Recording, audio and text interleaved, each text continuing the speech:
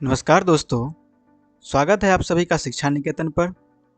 दोस्तों, मैंने science paper 2 का पेडागोजी और कंटेंट यानी विषय वस्तु का अलग अलग वीडियो दिया था, लेकिन इस बार इस एक ही वीडियो में मैंने साइंस पेडागोजी और कंटेंट के इम्पोर्टेंट पॉइंट्स वाले वीडियो को एक साथ जोड़ दिया है।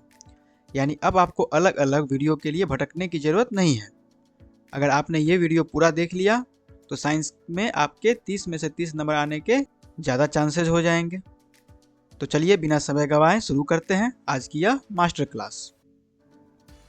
बहुत से स्टूडेंट्स का पेपर 2 सिर्फ साइंस की वजह से रुक जाता है, क्योंकि वो इसे पेपर 1 की तरह पढ़ते हैं। लेकिन दोस्तों, साइंस का पैटर्न थोड़ा अलग है। स्क्रीन पर देखिए, जहां बाकी विषयों में 15-15 का बंटवारा होता है, वहीं साइंस में 20 नंबर का कंटेंट आता है और 10 नंबर की पेडागोजी।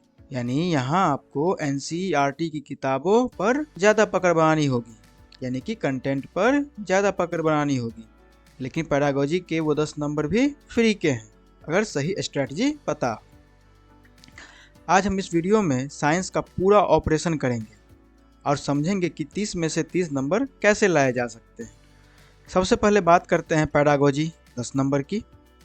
इसका सिलेबस छोटा है, लेकिन सवाल अब सीधे नहीं आते। अब अभिकथन और कारण वाले सवाल आते हैं। हम पेडागोजी में मुख्य रूप से ये टॉपिक्स पढ़ेंगे। पहला, विज्ञान की प्रकृति। क्या साइंस सिर्फ तथ्यों का संग्रह है या एक प्रक्रिया है? दूसरा, विज्ञान शिक्षण के उद्देश्य, एनसीईआरटी 2025 एम्स एंड ऑब्जेक्टिव्स। तीसरा, विज्ञान शिक्षण विधियाँ। हम रटना नहीं बल्कि खोजबीन और 5E मॉडल सीखेंगे। चौथा, विज्ञान प्रक्रिया कौशल, साइंस प्रोसेस स्किल्स। पांचवा, शिक्षण सामग्री, TLM एंड टेक्स्ट बुक्स। और छठा, विज्ञान के मूल्यांकन और उपचारात्मक शिक्षण। बच्चे का विज्ञान में टेस्ट कैसे लें, क्या सिर्फ थ्योरी रटाएं या प्रैक्टिकल कराएं? मेरी गारंटी है कि हमारी पेडागोजी की क्लासेस के बाद ये 10 नंबर आपकी जेब में होंगे। अब आते हैं सबसे बड़े हिस्से पर, कंटेंट, यानी कि 20 मार्क्स पर। यहाँ आपको कक्षा 6, 7 और 8 की एनसीईआरटी घोलकर पीनी होगी।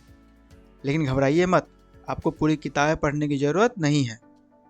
मैंने आपके लिए टॉपिक्स को 3 भागों में बांट दिया है: फिजिक्स, केमिस्ट्री एंड बायोलॉजी।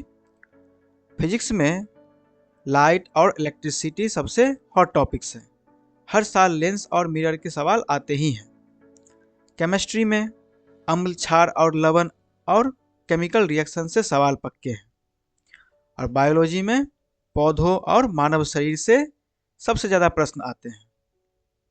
तो कंटेंट हम लोग पूरा नहीं पढ़ेंगे, बस कुछ टॉपिक्स को पढ़ेंगे जिससे ज़्यादा सवाल आ सकते हैं, क्योंकि एग्जाम में टाइम है नहीं, तो पूरा का पूरा पढ़ नहीं सकते हैं एक साथ। यानी कंटेंट में हम लोग इम्पोर्टेंट वाले पार्ट को ही कवर करेंगे। बाकी PYQ जब कराएंगे तो उसमें सारे आ जाएंगे। तो हमारा प्लान क्या है? हम वही पैटर्न अपनाएंगे जो मैथ्स में सफल रहा। यानी पहले हम साइंस पेडागोजी को डिटेल में समझेंगे, फिर उसके बाद कंटेंट वाले पार्ट को देखेंगे।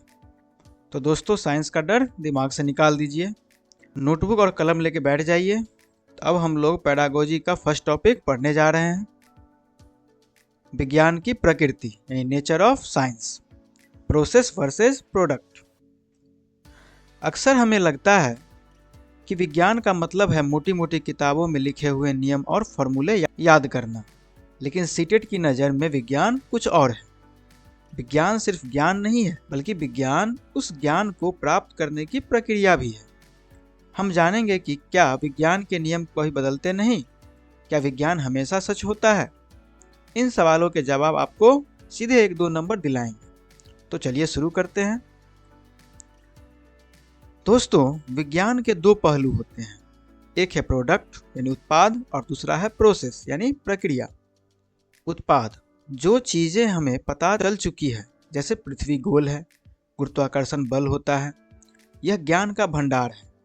अब प्रोसेस यानी प्रक्रिया, यह ज़्यादा जरूरी है, वह तरीका जिससे हमने यह जाना, जैसे देखना यानी ऑब्जर्व करना, सवाल पूछना, प्रयोग करना। सीटेट में सवाल आता है कि एक टीचर को किस पर जोर देना चाहिए, तो याद रखिएगा, हमारा फोकस प्रोसेस पर होना चाहिए।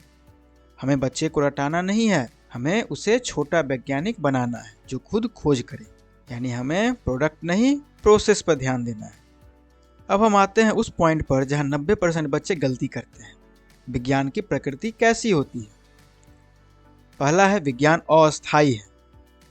बहुत से लोगों को लगता है कि विज्ञान के नियम पत्थर की लकीर है। गलत। विज्ञान बदलता रहता है। पहले हम मानते थे पृथ्वी केंद्र में है, फिर पता चला सूर्य केंद्र में है। जैसे जैसे नए सबूत मिले विज्ञान बदलता है। इसे हम डायनेमिक कहते हैं। दूसरा है संदेहवाद, स्केप्टिकिज्म। विज्ञान कहता है किसी की बात मत मानो, सबूत मांगो। और तीसरा अनुभवजन्य यानी एम्पेरिकल। विज्ञान हवा में बात नहीं करता, यह अवलोकन और प्रयोग के सबूतों पर चलता है, यानी ऑब्जर्वेशन एंड एक्सपेरिमेंटों के सबूतों पर चलता है। अगर एग्जाम में ऑप्शन आए कि विज्ञान परम सत्य है तो उसे तुरंत काट देना है। विज्ञान सत्य की खोज है, अंतिम सत्य नहीं है। एक वैज्ञानिक सोचता कैसे है? तो वह एक विधि का पालन करता है, यानी मेथड का। मान लीजिए आपने देखा कि आपका पौधा सूख रहा है, तो पहले अवलोकन होगा, यानी सबसे पहले आपने ध्यान से देखा। उसके बाद प्रश्न, आपने सोचा यह क्यों सूख रहा है, क्या पानी कम है? तीसरा आता है परिकल्पना, आपने अंदाजा लगाया शायद धूप नहीं मिल रही। परिकल्पना मतलब एक समझदार तुक्का। फिर प्रयोग यानी एक्सपेरिमेंट, आपने पौधे को धूप में रखा। पांचवा निष्कर्ष, अगर पौधा हरा हो गया तो आपकी परिकल्पना सही थी। सीटेट में इनका सही क्रम पूछा जाता है, तो इसे इसी क्रम में याद रखिएगा। पहला अवलोकन, फिर प्रश्न, फिर परिकल्पना, फिर प्रयोग और लास्ट में निष्कर्ष, यानी ऑब्जर्वेशन, फिर क्वेश्चन, फिर हाइपोथेसिस, फिर एक्सपेरिमेंट और लास्ट में कंक्लूजन। तो इस सीक्वेंस को ध्यान रखिएगा। चलिए अब देखते हैं आपने कितना समझा। तो पहला सवाल देखते हैं, विज्ञान में ज्ञान के बारे में निम्नलिखित में से कौन सा कथन सही नहीं है? ए, विज्ञान संदेहवाद को बढ़ावा देता है। बी, विज्ञान प्रकृति की अस्थायी है। सी, विज्ञान परम सत्य और अंतिम सत्य है। या फिर डी, विज्ञान अनुभवजन्य है। अभी हमने पढ़ा विज्ञान बदलता रहता है, तो ऑप्शन सी विज्ञान परम सत्य है यह गलत है, क्योंकि क्वेश्चन में नहीं दिया हुआ है ना, इसलिए ऑप्शन सी इसका राइट आंसर हो जाएगा। विज्ञान परम सत्य और अंतिम है, यह गलत है।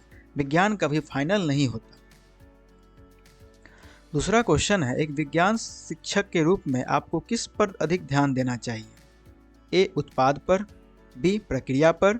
सी, केवल परिणामों पर। या फिर डी, परिभाषाएं रटाने पर। एक टीचर को किस पर फोकस करना चाहिए? सीधा जवाब है प्रक्रिया पर, यानी ऑप्शन बी। बच्चे को यह सिखाना है कि उत्तर तक कैसे पहुंचा जाए, न कि सिर्फ उत्तर रटाना। तीसरा क्वेश्चन है, वैज्ञानिक विधि का प्रथम चरण क्या है? ए, परिकल्पना। बी, प्रयोग। सी, अवलोकन। या फिर डी, भविष्यवाणी। वैज्ञानिक विधि की शुरुआत कहाँ से होती है? सब कुछ शुरू होता है देखने से, यानी अवलोकन से, यानी ऑप्शन नंबर सी इसका राइट आंसर हो जाएगा। पहले आप दुनिया को देखते हैं, तभी सवाल मन में आते हैं। तो दोस्तों हमने समझा कि विज्ञान एक प्रक्रिया है और यह बदलता रहता है।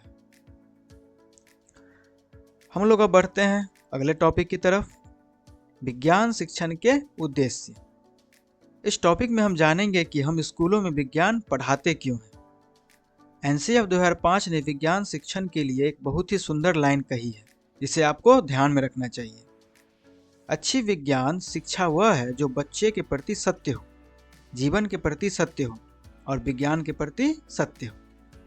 इसका मतलब है कि साइंस ऐसी हो जो बच्चों को समझ में आए, उसकी जिंदगी में काम आए और वैज्ञानिक रूप से सही हो।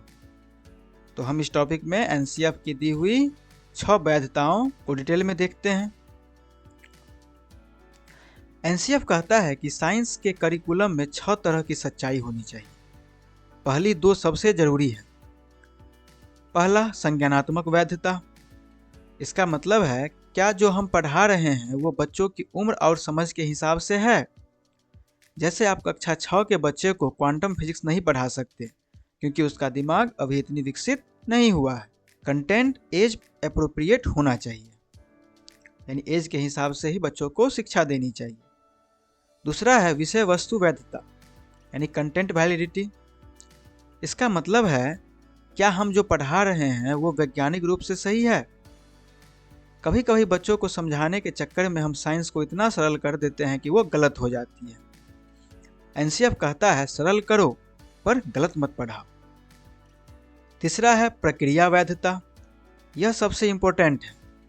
इसका मतलब है बच्चे को रटने के बजाय विज्ञान करने में व्यस्त रखना। उसे प्रयोग करने दो, प्रश्न पूछने दो। उद्देश्य है बच्चे को सीखना और सिखाना। चौथा है ऐतिहासिक वैधता, विज्ञान अचानक आसमान से नहीं टपका। बच्चे को यह बताना जरूरी है कि विज्ञान समय के साथ कैसे बदला।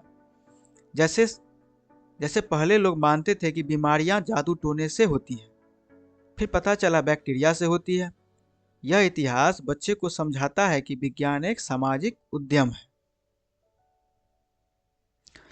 पांचवा है पर्यावरणीय वैधता, विज्ञान को बच्चे के आसपास के माहौल से जोड़ना। अगर आप रेगिस्तान के बच्चे को बर्फ के पहाड़ के बारे में पढ़ा रहे हैं तो उसे समझ नहीं आएगा। उदाहरण उसकी दुनिया के होने चाहिए। और छठा नैतिक वैधता, क्या विज्ञान का काम सिर्फ बम बनाना है? नहीं, विज्ञान बच्चे में ईमानदारी, सहयोग और पर्यावरण के प्रति चिंता जैसे मूल्य पैदा करे। अगर बच्चा लैब में डेटा के साथ बेईमानी करता है तो यह नैतिक वैधता का उल्लंघन है। तो ये थे एनसीएफ की साइंस के करिकुलम में 6 तरह की सच्चाई, यानी 6 वैलिडिटीज। पहला संज्ञानात्मक वैधता, कॉग्निटिव वैलिडिटी। दूसरा विषय वस्तु वैधता, कंटेंट वैलिडिटी। तीसरा प्रक्रिया वैधता, प्रोसेस वैलिडिटी। चौथा ऐतिहासिक वैधता, हिस्टोरिकल वैलिडिटी। पांचवा पर्यावरणीय वैधता, इन्वायरमेंटल वैलिडिटी। और छठा नैतिक वैधता, एथिकल वैलिडिटी। चूंकि हम पेपर 2 की तैयारी कर रहे हैं तो आपको पता होना चाहिए कि कक्षा 6 से 8 के लिए एनसीएफ क्या कहता है। पहला, बच्चा अपने दैनिक अनुभवों से विज्ञान के सिद्धांतों को समझे। दूसरा, हाथों से काम करे, जैसे सरल खिलौने या मॉडल बनाना।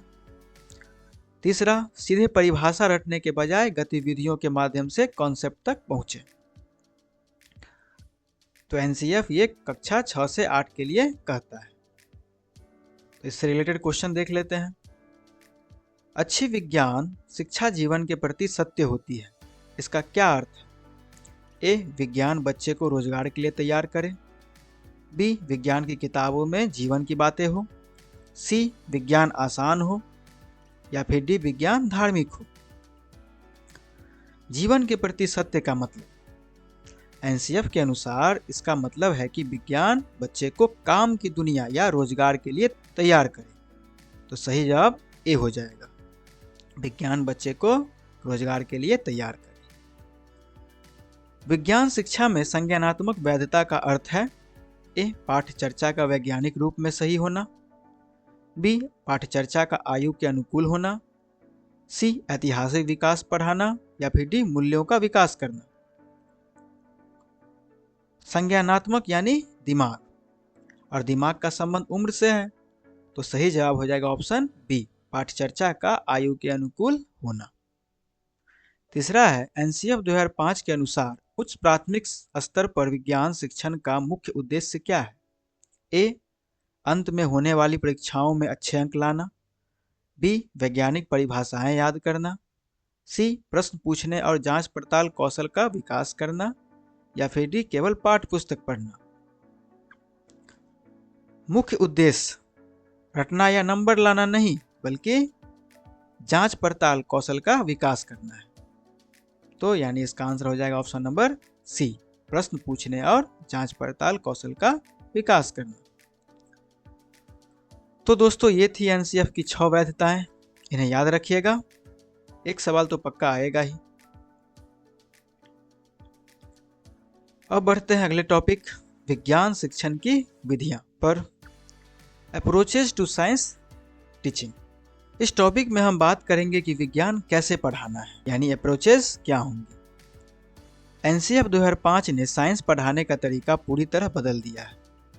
पहले माना जाता था कि बच्चे का दिमाग एक खाली बर्तन है जिसे टीचर को भरना है, लेकिन आज हम मानते हैं कि बच्चा अपने ज्ञान का निर्माता खुद है। हम उन 3 अप्रोच को डिटेल में पढ़ेंगे जिनसे सीटेट में सबसे ज़्यादा सवाल आते हैं। पहला रचनावाद यानी कंस्ट्रक्टिविज्म, दूसरा एकीकृत दृष्टिकोण इंटीग्रेटेड अप्रोच, और तीसरा 5E मॉडल। यह सबसे इंपॉर्टेंट है। सबसे पहले समझते हैं रचनावाद को यानी कंस्ट्रक्टिविज्म को। यह कोई विधि नहीं बल्कि एक सोच है। इसका मानना है कि बच्चे को सब कुछ आता नहीं है, लेकिन वो कोरा कागज भी नहीं है। बच्चा अपने पूर्व ज्ञान और अनुभवों से नया ज्ञान खुद बनाता है। इस अप्रोच में टीचर का रोल बॉस का नहीं बल्कि एक सुगमकर्ता का होता है, यानी फैसिलिटेटर का होता है। फैसिलिटेटर का मतलब जो राह दिखाए, मदद करे, लेकिन उंगली पकड़कर चलाए नहीं। सीटेट में सवाल आता है, विज्ञान कक्षा में छात्र की भूमिका क्या है? जवाब होगा सक्रिय सहभागी, एक्टिव पार्टिसिपेंट, न कि मूक श्रोता। अब बात करते हैं दूसरे अप्रोच एकीकृत दृष्टिकोण की यानी इंटीग्रेटेड अप्रोच की। आपने देखा होगा कि कक्षा 6 से 8 तक की किताब का नाम सिर्फ विज्ञान होता है। उसे फिजिक्स, केमिस्ट्री या बायो की अलग किताबों में नहीं बांटा जाता। क्यों? क्योंकि इस उम्र में बच्चे दुनिया को टुकड़ों में नहीं देखते। उदाहरण के लिए अगर बच्चा खाना खा रहा है तो वो यह नहीं सोचता कि खाना पचाना बायोलॉजी है, खाना का स्वाद केमिस्ट्री है, हाथ से खाना या उठाना फोर्स यानी फिजिक्स है। वो इसे एक समग्र अनुभव मानता है यानी हॉलिस्टिक एक्सपीरियंस मानता है। इसलिए एनसीएफ कहता है कि अपर प्राइमरी लेवल पर साइंस को इंटीग्रेटेड तरीके से पढ़ाना चाहिए, अलग अलग विषयों के तौर पर नहीं। अब तीसरा अप्रोच है इंक्वायरी अप्रोच, पूछताछ या जांच पड़ताल। यह साइंस की आत्मा है। इसमें हम बच्चों को सीधा सवाल नहीं देते। अगर बच्चा पूछे, सर पौधे हरे क्यों होते हैं, तो टीचर जवाब नहीं देगा। टीचर कहेगा, चलो अलग अलग पत्ते जमा करते हैं और देखते हैं कि क्या सभी हरे हैं। इसमें बच्चा खुद खोजबीन करता है। इसका फायदा यह है कि इससे बच्चे में वैज्ञानिक स्वभाव विकसित होती है। वो रटता नहीं, सबूत मांगता है। अब आते हैं सुपरस्टार टॉपिक 5E मॉडल पर। यह पढ़ाने का सबसे बेस्ट तरीका है। इसके 5 चरण होते हैं और एग्जाम में इसका सीक्वेंस पूछा जाता है। पहला इंगेज, संकलन करना। सबसे पहले बच्चों का ध्यान खींचो, कोई मजेदार सवाल पूछो या जादुई दिखाओ। बच्चे का पूर्व ज्ञान चेक करो। दूसरा है एक्सप्लोर यानी अन्वेषण करना। अब बच्चों को सामग्री दे दो यानी मटेरियल्स और खुद खेलने या प्रयोग करने दो। टीचर यहाँ चुप रहेगा। तीसरा एक्सप्लेन यानी व्याख्या करना। जब बच्चे खुद कोशिश कर ले तब टीचर कॉन्सेप्ट समझाएगा और परिभाषा देगा। ध्यान रहे एक्सप्लेन बाद में आता है, एक्सप्लोर पहले। चौथा है एलोबरेट यानी विस्तार करना। अब उस ज्ञान को रियल लाइफ में जोड़ो। और पांचवा इवैल्यूएट यानी मूल्यांकन। अंत में देखो कि बच्चे ने क्या सीखा। इसका नाम 5E मॉडल क्यों रखा गया? क्योंकि सारा जितने भी वर्ड है सभी ई से स्टार्ट है ना। E फॉर इंगेज ना, संकलन करना। दूसरा एक्सप्लोर है अन्वेषण करना। तीसरा एक्सप्लेन व्याख्या करना। और चौथा एलोबरेट विस्तार करना। और पांचवा इवैल्यूएट यानी मूल्यांकन। इसका ट्रिक है E। पहले बीजी करो इंगेज, फिर खोजने दो एक्सप्लोर, फिर समझाओ एक्सप्लेन, उसके बाद एलोबरेट करो यानी विस्तार करो, और फिर इवैल्यूएट यानी कि मूल्यांकन। अब चलिए प्रश्न की बारी। राष्ट्रीय पाठचर्चा रूपरेखा एनसीएफ 2005 के अनुसार एक विज्ञान शिक्षक की भूमिका होनी चाहिए। ए ज्ञान का प्रदाता, बी सुगमकर्ता, सी अनुशासन रखने वाला, या फिर डी पाठ्यपुस्तक पढ़ाने वाला। एनसीएफ 2005 के अनुसार टीचर का रोल हमने अभी पढ़ा। टीचर बॉस नहीं दोस्त है। तो सही जवाब हो जाएगा ऑप्शन नंबर बी, सुगमकर्ता यानी फैसिलिटेटर। क्वेश्चन 2, 5E मॉडल में छात्र अपनी समझ का निर्माण किस चरण में स्वयं गतिविधियों द्वारा करते हैं? ए व्याख्या, बी मूल्यांकन, सी अन्वेषण या फिर डी संकलन। 5E में बच्चा खुद कब सीखता है? जब वो खोजबीन करता है, यानी ऑप्शन नंबर सी अन्वेषण चरण में। एक्सप्लेन में तो टीचर समझाता है, बच्चा खुद कब सीखता है? एक्सप्लोर करके यानी अन्वेषण में, यानी अन्वेषण वाले चरण में। उच्च प्राथमिक स्तर पर विज्ञान को एकीकृत रूप में पढ़ाने का क्या अर्थ है? ए फिजिक्स और केमिस्ट्री को अलग पढ़ाना, बी केवल बायो पढ़ाना, सी विज्ञान के विषयों में न बांटकर समग्र रूप में पढ़ाना, या फिर डी विज्ञान और गणित को एक साथ पढ़ाना। एकीकृत का मतलब, इसका मतलब है फिजिक्स, केमिस्ट्री, बायो की दीवारें हटा देना। तो सही जवाब हो जाएगा ऑप्शन नंबर सी, विज्ञान के विषयों में न बांटकर समग्र रूप से पढ़ाना। तो दोस्तों ये थी पढ़ाने की विधियां। अब बारी है अगले टॉपिक साइंस प्रोसेस स्किल्स की, यानी विज्ञान प्रक्रिया कौशल की। इसे हम एक मजेदार उदाहरण से समझते हैं। मान लीजिए आपको शाही पनीर बनाना है। शाही पनीर की रेसिपी याद करना कंटेंट है, यानी विषय वस्तु, लेकिन सब्जी काटना, सही आंच पर पकाना और नमक चखकर अंदाजा लगाना ये स्किल्स है, यानी कौशल है। अगर आपके पास रेसिपी है लेकिन स्किल नहीं है, यानी कंटेंट है और स्किल नहीं है, तो खाना जल जाएगा। वैसे ही विज्ञान में रटना काफ़ी नहीं है, बच्चे को ऑब्जर्व करना, क्लासिफाई करना और प्रेडिक्ट करना आना चाहिए। आज हम इन्हीं स्किल्स को डिटेल में पढ़ेंगे। विज्ञान के कुछ बेसिक स्किल्स होते हैं जो हर बच्चे में होने चाहिए। पहला है अवलोकन। इसका मतलब सिर्फ देखना नहीं है, इसका मतलब है अपनी पांचों इंद्रियों आँख, नाक, कान, जीभ, त्वचा का उपयोग करके जानकारी इकट्ठा करना। जैसे फूल लाल है तो आँख से हमने अवलोकन किया, इसमें खुशबू है, नाक से भी अवलोकन किया, यानी ऑब्जर्वेशन किया। दूसरा है वर्गीकरण। पहला अवलोकन ऑब्जर्वेशन, दूसरा वर्गीकरण क्लासिफिकेशन। चीज़ों को उनके गुणों के आधार पर अलग अलग करना। जैसे चुंबक से चिपकने वाली चीज़ें अलग और न चिपकने वाली अलग, ये हो गया क्लासिफिकेशन, वर्गीकरण। तीसरा मापन यानी मेजरमेंट। अंदाजे से नहीं, फीते या तराजू से सही नाप लेना। और चौथा संप्रेषण यानी कम्युनिकेशन। जो आपने सीखा उसे दूसरों को बताना, चाहे बोलकर, लिखकर या ग्राफ बनाकर। तो ये चारों स्किल्स बच्चे में होनी चाहिए। बेसिक स्किल्स है अवलोकन यानी ऑब्जर्वेशन, वर्गीकरण क्लासिफिकेशन, मापन मेजरमेंट और संप्रेषण कम्युनिकेशन। यानी अवलोकन, वर्गीकरण, मापन, संप्रेषण ये बेसिक स्किल्स है जो बच्चों में आने ही चाहिए, यानी सभी बच्चों में आनी चाहिए। अब आते हैं उस टॉपिक पर जहां अच्छे अच्छे बच्चे मात खा जाते हैं।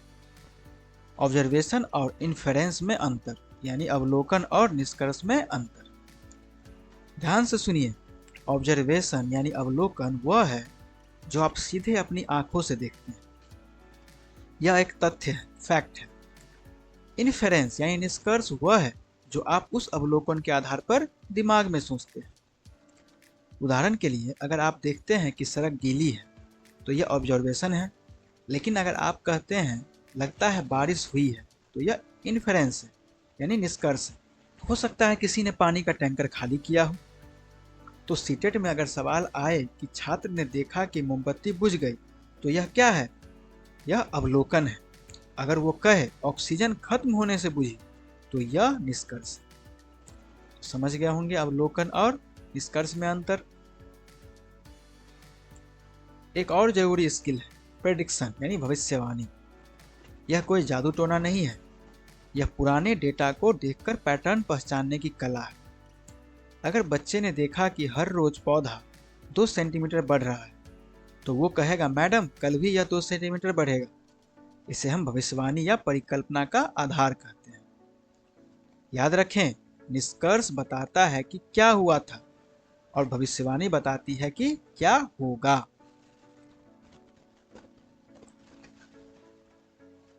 चलिए क्वेश्चन देखते हैं। एक छात्र कहता है यह पत्ता हरा है क्योंकि इसमें क्लोरोफिल है। यह कथन क्या है? अवलोकन, निष्कर्ष, भविष्यवाणी या फिर मापन? पत्ता हरा है, यह तो अवलोकन है, लेकिन क्योंकि इसमें क्लोरोफिल है यह कारण बता रहा है। तो यह क्या होगा? बिल्कुल सही, यह ऑप्शन नंबर बी निष्कर्ष है। निम्नलिखित में से कौन सा एक विज्ञान प्रक्रिया कौशल नहीं है? अवलोकन, मापन, घटना या फिर वर्गीकरण? कौन सा स्किल नहीं है? सिंपल है, रटना, यानी ऑप्शन नंबर सी। विज्ञान समझने का नाम है, रटने का नहीं। तीसरा है वर्गीकरण कौशल के मुख्य आधार क्या है? ए वस्तुओं की कीमत, बी वस्तुओं के रंग, सी वस्तुओं की समानता और असमानता या फिर डी वस्तुओं का भार। हम वर्गीकरण किस आधार पर करते हैं? हम देखते हैं कि चीजों में क्या समान है और क्या अलग। तो सही जवाब हो जाएगा ऑप्शन नंबर सी, वस्तुओं की समानता और असमान। तो दोस्तों हमने विज्ञान के औजारों यानी स्किल्स को समझा। तो अब हम लोग बात करेंगे अगले टॉपिक शिक्षण सहायक सामग्री और संसाधन की, यानी teaching learning materials and resources की। जैसे एक डॉक्टर बिना स्टेथोस्कोप का अधूरा है और एक बढ़ई बिना हथौड़ी का काम नहीं कर सकता, वैसे ही एक विज्ञान शिक्षक TLM यानी टीचिंग लर्निंग मटेरियल्स के बिना अधूरा है। तो हम जानेंगे कि विज्ञान पढ़ाने के लिए हमें किन हथियारों की जरूरत है। क्या सिर्फ NCERT की किताब काफ़ी है या हमें कंप्यूटर और जुगाड़ की भी ज़रूरत है? सीटेट में यहाँ से सवाल आता है कि पाठ्य पुस्तक की क्या भूमिका है। चलिए इसका सही जवाब ढूंढते हैं। सबसे पहले बात करते हैं हमारी सबसे पुरानी साथी टेक्स्ट बुक की, यानी कि किताब की। सीटेट में यह सवाल बार बार आता है, क्या पाठ्य पुस्तक शिक्षण का एकमात्र साधन है? तो जवाब है बिल्कुल नहीं। NCF 2005 साफ कहता है, text book is one of the resources not the only resources, यानी संसाधनों में से एक है टेक्स्ट बुक, न कि सिर्फ वही एक संसाधन है। अगर आप सिर्फ किताब पढ़ा रहे हैं तो आप साइंस नहीं साहित्य पढ़ा रहे हैं। किताब एक गाइड है, मंजिल नहीं। हमें बच्चों को किताब से बाहर की दुनिया दिखानी है। अब मान लीजिए आपके स्कूल में महंगी लैब नहीं है, तो क्या आप साइंस नहीं पढ़ाएंगे? यहाँ काम आता है हमारा देसी जुगाड़, जिसे पैडागोजी में इम्प्रोवाइज्ड अपरेटस यानी आसूचित उपकरण कहते हैं। इसका मतलब है आसपास पड़ी बेकार चीजों में से साइंस के मॉडल बनाना, जैसे पुरानी बोतल और गुब्बारे से फेफड़ों का मॉडल बनाना। जब बच्चा इसे खुद बनाता है तो उसका कंसेप्ट हमेशा के लिए क्लियर हो जाता है। इसे हम जीरो कॉस्ट TLM भी कहते हैं। आजकल का जमाना डिजिटल है। साइंस में ICT यानी कंप्यूटर या इंटरनेट का क्या काम? दोस्तों कुछ चीजें हम क्लासरूम में नहीं दिखा सकते, जैसे खतरनाक प्रयोग। आप क्लास में ज्वालामुखी नहीं फोड़ सकते हैं, पर वीडियो दिखा सकते हैं। दूसरा, बहुत धीमी प्रक्रिया। बीज से पेड़ बनने में महीने लगते हैं, पर सिमुलेशन में आप इसे 1 मिनट में दिखा सकते हैं, यानी कि वीडियो में आप 1 मिनट में दिखा सकते हैं। और तीसरा, अदृश्य चीजें। एटम या बैक्टीरिया को हम नंगी आंखों से नहीं देख सकते, उन्हें हम 3D एनिमेशन से दिखाते हैं। तो ICT का रोल है अमूर्त को मूर्त बनाना, यानी विजुअलाइजिंग द एब्स्ट्रैक्ट। ICT यानी कंप्यूटर और इंटरनेट। आखिरी संसाधन है हमारा समाज यानी कम्युनिटी। जरूरी नहीं कि हर चीज टीचर ही सिखाए। अगर पौधों के बारे में पढ़ाना है तो स्कूल के मालिक काका को बुलाइए। अगर बीमारी पढ़ाना है तो पास के हेल्थ सेंटर ले जाइए। इसे कहते हैं community as a learning resource. इससे बच्चा समझता है कि साइंस सिर्फ लैब नहीं, हर जगह है। अब क्विज टाइम। विज्ञान शिक्षण के पाठ्य पुस्तक की क्या भूमिका होनी चाहिए?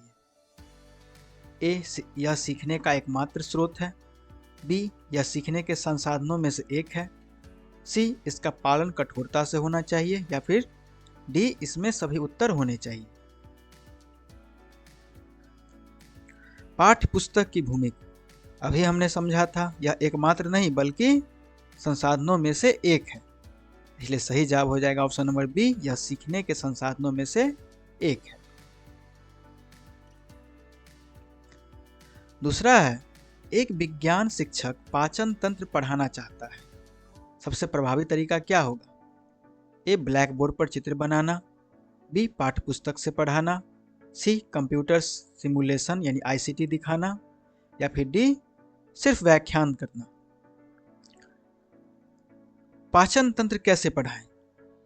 हम पेट के अंदर झांक कर नहीं देख सकते हैं, तो सबसे अच्छा तरीका क्या होगा? कंप्यूटर सिमुलेशन, यानी option number C, computer simulation दिखाना। बच्चा भोजन को पचते हुए लाइव देखेगा इसमें। आसूचित उपकरण इम्प्रोवाइज्ड एपरेटस का मुख्य लाभ क्या है? यह बहुत महंगा होता है, बी, यह शिक्षार्थियों में सृजनात्मक और हस्त कौशल विकसित करता है, सी, यह समय बर्बाद करता है, या फिर डी, यह सटीक परिणाम देता है। जुगाड़ का फायदा, यह बच्चों को क्रिएटिव बनाता है, तो सही जवाब हो जाएगा ऑप्शन बी, सृजनात्मकता यानी क्रिएटिविटी। तो दोस्तों, हमने अपने हथियारों को तैयार कर लिया है, यानी टीएलएमएस को। तो अब हम लोग साइंस पैडागोजी का चैप्टर मूल्यांकन और उपचारात्मक शिक्षण को पढ़ेंगे। अक्सर जब हम मूल्यांकन सुनते हैं तो दिमाग में परीक्षा का नंबर आते हैं, लेकिन विज्ञान में मूल्यांकन का मतलब सिर्फ यह देखना नहीं है कि बच्चे को कितने फॉर्मूले याद हैं। इसका असली मकसद है यह देखना कि क्या बच्चा वैज्ञानिक की तरह सोच पा रहा है, क्या वो प्रयोग कर सकता है। तो हम जानेंगे कि विज्ञान में बच्चों को टेस्ट लेने के सही औजार कौन से हैं, पोर्टफोलियो क्या है, और अगर बच्चा फेल हो जाए तो रेमेडियल टीचिंग कैसे दें। सबसे पहले सीबीएसई का सीसीई पैटर्न समझते हैं। विज्ञान में दो तरह के असेसमेंट होते हैं, फॉर्मेटिव, सम्मेटिव, यानी रचनात्मक और योगात्मक। फॉर्मेटिव जो होता है रचनात्मक, वो पढ़ाई के साथ साथ चलता है। हम लोगों ने मैथ्स का पेडागोगी देखा, हिंदी का देखा और सीडीपी में देखा था, सभी में फॉर्मेटिव और सम्मेटिव पूछा गया था, सभी में हम लोगों ने पढ़ा था। तो वही यहाँ भी है, फॉर्मेटिव यानी रचनात्मक, पढ़ाई के साथ साथ चलता है। जैसे आपने क्लास में प्रकाश पढ़ाया और तुरंत बच्चों से लेंस का प्रयोग कराया, इसका मकसद ग्रेड देना नहीं बल्कि यह देखना है कि बच्चा कहाँ अटक रहा है। इसे असेसमेंट फॉर लर्निंग यानी सीखने के लिए आकलन कहते हैं। यही है फॉर्मेटिव असेसमेंट यानी रचनात्मक मूल्यांकन। दूसरा है सम्मेटिव असेसमेंट यानी योगात्मक मूल्यांकन। यह साल के अंत में होता है, यह सिर्फ पास फेल तय करता है। इसे असेसमेंट ऑफ लर्निंग कहते हैं, यानी assessment for learning formative, assessment of learning summative, यानी इसे सीखने का आकलन कहते हैं। एनसीएफ कहता है कि साइंस में हमारा फोकस फॉर्मेटिव पर होना चाहिए। अब सबसे बड़ा सवाल, टीचर मूल्यांकन करेगा कैसे? इसके लिए हमारे पास कुछ टूल्स हैं। पहला है दृष्टांत रिकॉर्ड, एनेक्डोटल रिकॉर्ड। यह टीचर की डायरी जैसा है, इसमें बच्चे के व्यवहार की विशिष्ट घटना लिखी जाती है। फॉर एग्जाम्पल, आज राजू ने लैब में एसिड गिराने से बचाया, यह उसके सतर्कता कौशल को दिखाता है। दूसरा है पोर्टफोलियो, यह एक फाइल है जिसमें बच्चे का साल भर का बेस्ट वर्क रखा जाता है, उसकी ड्राइंग्स, लैब रिपोर्ट्स, प्रोजेक्ट्स इत्यादि। यह बच्चे की प्रगति को दिखाता है। और तीसरा है रूब्रिक्स, यह एक लिस्ट है कि नंबर कैसे मिलेगा। जैसे डायग्राम बनाने के 2 नंबर, नाम लिखने का 1 नंबर, निष्कर्ष का 1 नंबर। इससे पारदर्शिता रहती। अगर बच्चा साइंस में कमजोर है तो क्या करें? यहाँ हम डॉक्टर वाला तरीका अपनाते हैं। स्टेप 1 डायग्नोस्टिक टेस्टिंग यानी निदानात्मक परीक्षण। सबसे पहले पता लगाओ कि बीमारी यानी कमी क्या है। एग्जाम्पल, बच्चा प्रकाश संश्लेषण नहीं समझ पा रहा है, क्यों? क्या उसे गैस का कंसेप्ट नहीं पता या क्लोरोफिल का? इसे कहते हैं डायग्नोसिस। स्टेप 2 है रेमेडियल टीचिंग यानी उपचारात्मक शिक्षण। कमी मिलने के बाद उसका इलाज करो। ध्यान दे, उपचारात्मक शिक्षण का मतलब दोबारा लेक्चर देना नहीं है, इसका मतलब है अलग तरीके से पढ़ाना। अगर लेक्चर से नहीं समझा तो वीडियो दिखाओ, मॉडल दिखाओ या एक्टिविटी कराओ, यानी कि तरीका बदलो। निदानात्मक परीक्षण हुआ कमी का पता लगाना, और रेमेडियल टीचिंग हो गया उसका उपचार करना, यानी उपचारात्मक शिक्षण। यानी अगर एक तरीके से नहीं समझ में आ रहा है तो दूसरे तरीका को आजमाना, यानी दूसरे तरीके से समझाना। तो अब क्वेश्चन देख लेते हैं। विज्ञान में रचनात्मक मूल्यांकन क्यों महत्वपूर्ण है? ए, यह लेना आसान है। बी, यह शिक्षार्थियों में वैज्ञानिक दृष्टिकोण के विकास में मदद करता है।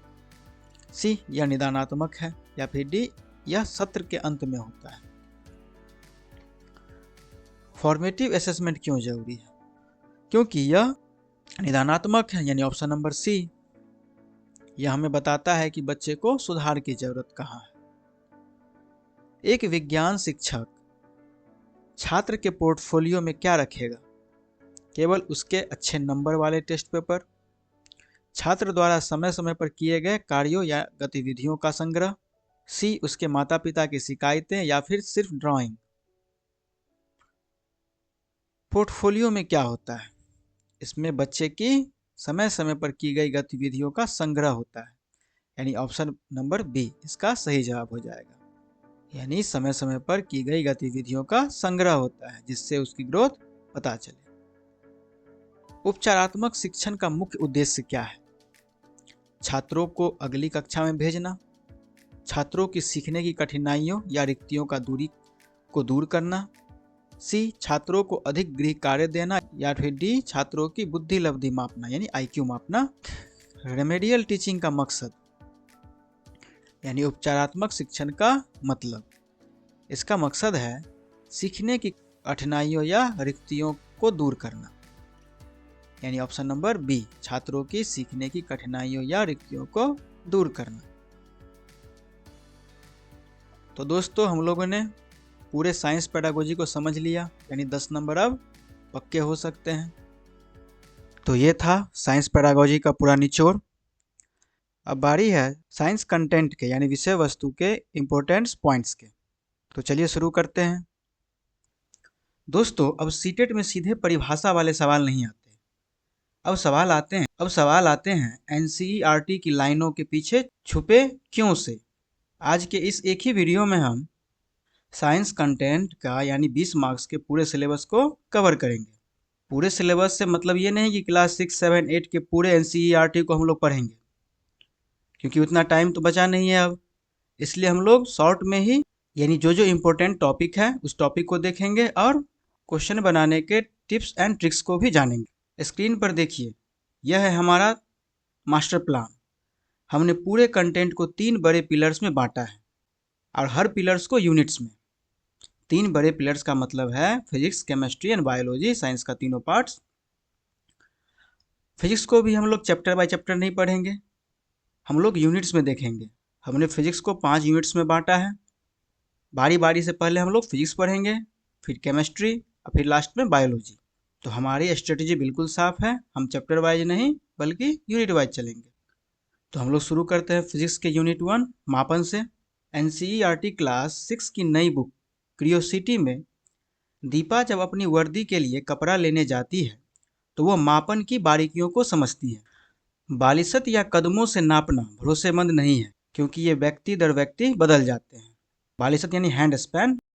भ्रम को दूर करने के लिए 1960 में SI यूनिट्स यानी इंटरनेशनल सिस्टम ऑफ यूनिट्स को अपनाया गया। लंबाई का मानक मात्रक मीटर है। यहाँ सीटेट का एक पक्का पॉइंट नोट कीजिएगा, इकाइयों के सिंबल हमेशा छोटे अक्षरों में लिखे जाते हैं और इनमें कभी भी S लगाकर बहुवचन नहीं बनाया जाता। यानी 5 किलोमीटर यानी 5 km सही है, लेकिन 5 kms गलत होगा। मापन में केवल स्केल रखना काफ़ी नहीं है, तकनीक सही होनी चाहिए। वाई आधारित कंसेप्ट समझिए, यानी क्यों आधारित। रीडिंग लेते समय आंख हमेशा स्केल के उस बिंदु के ठीक ऊपर होनी चाहिए, वरना पैरेलैक्स एरर हो सकता है।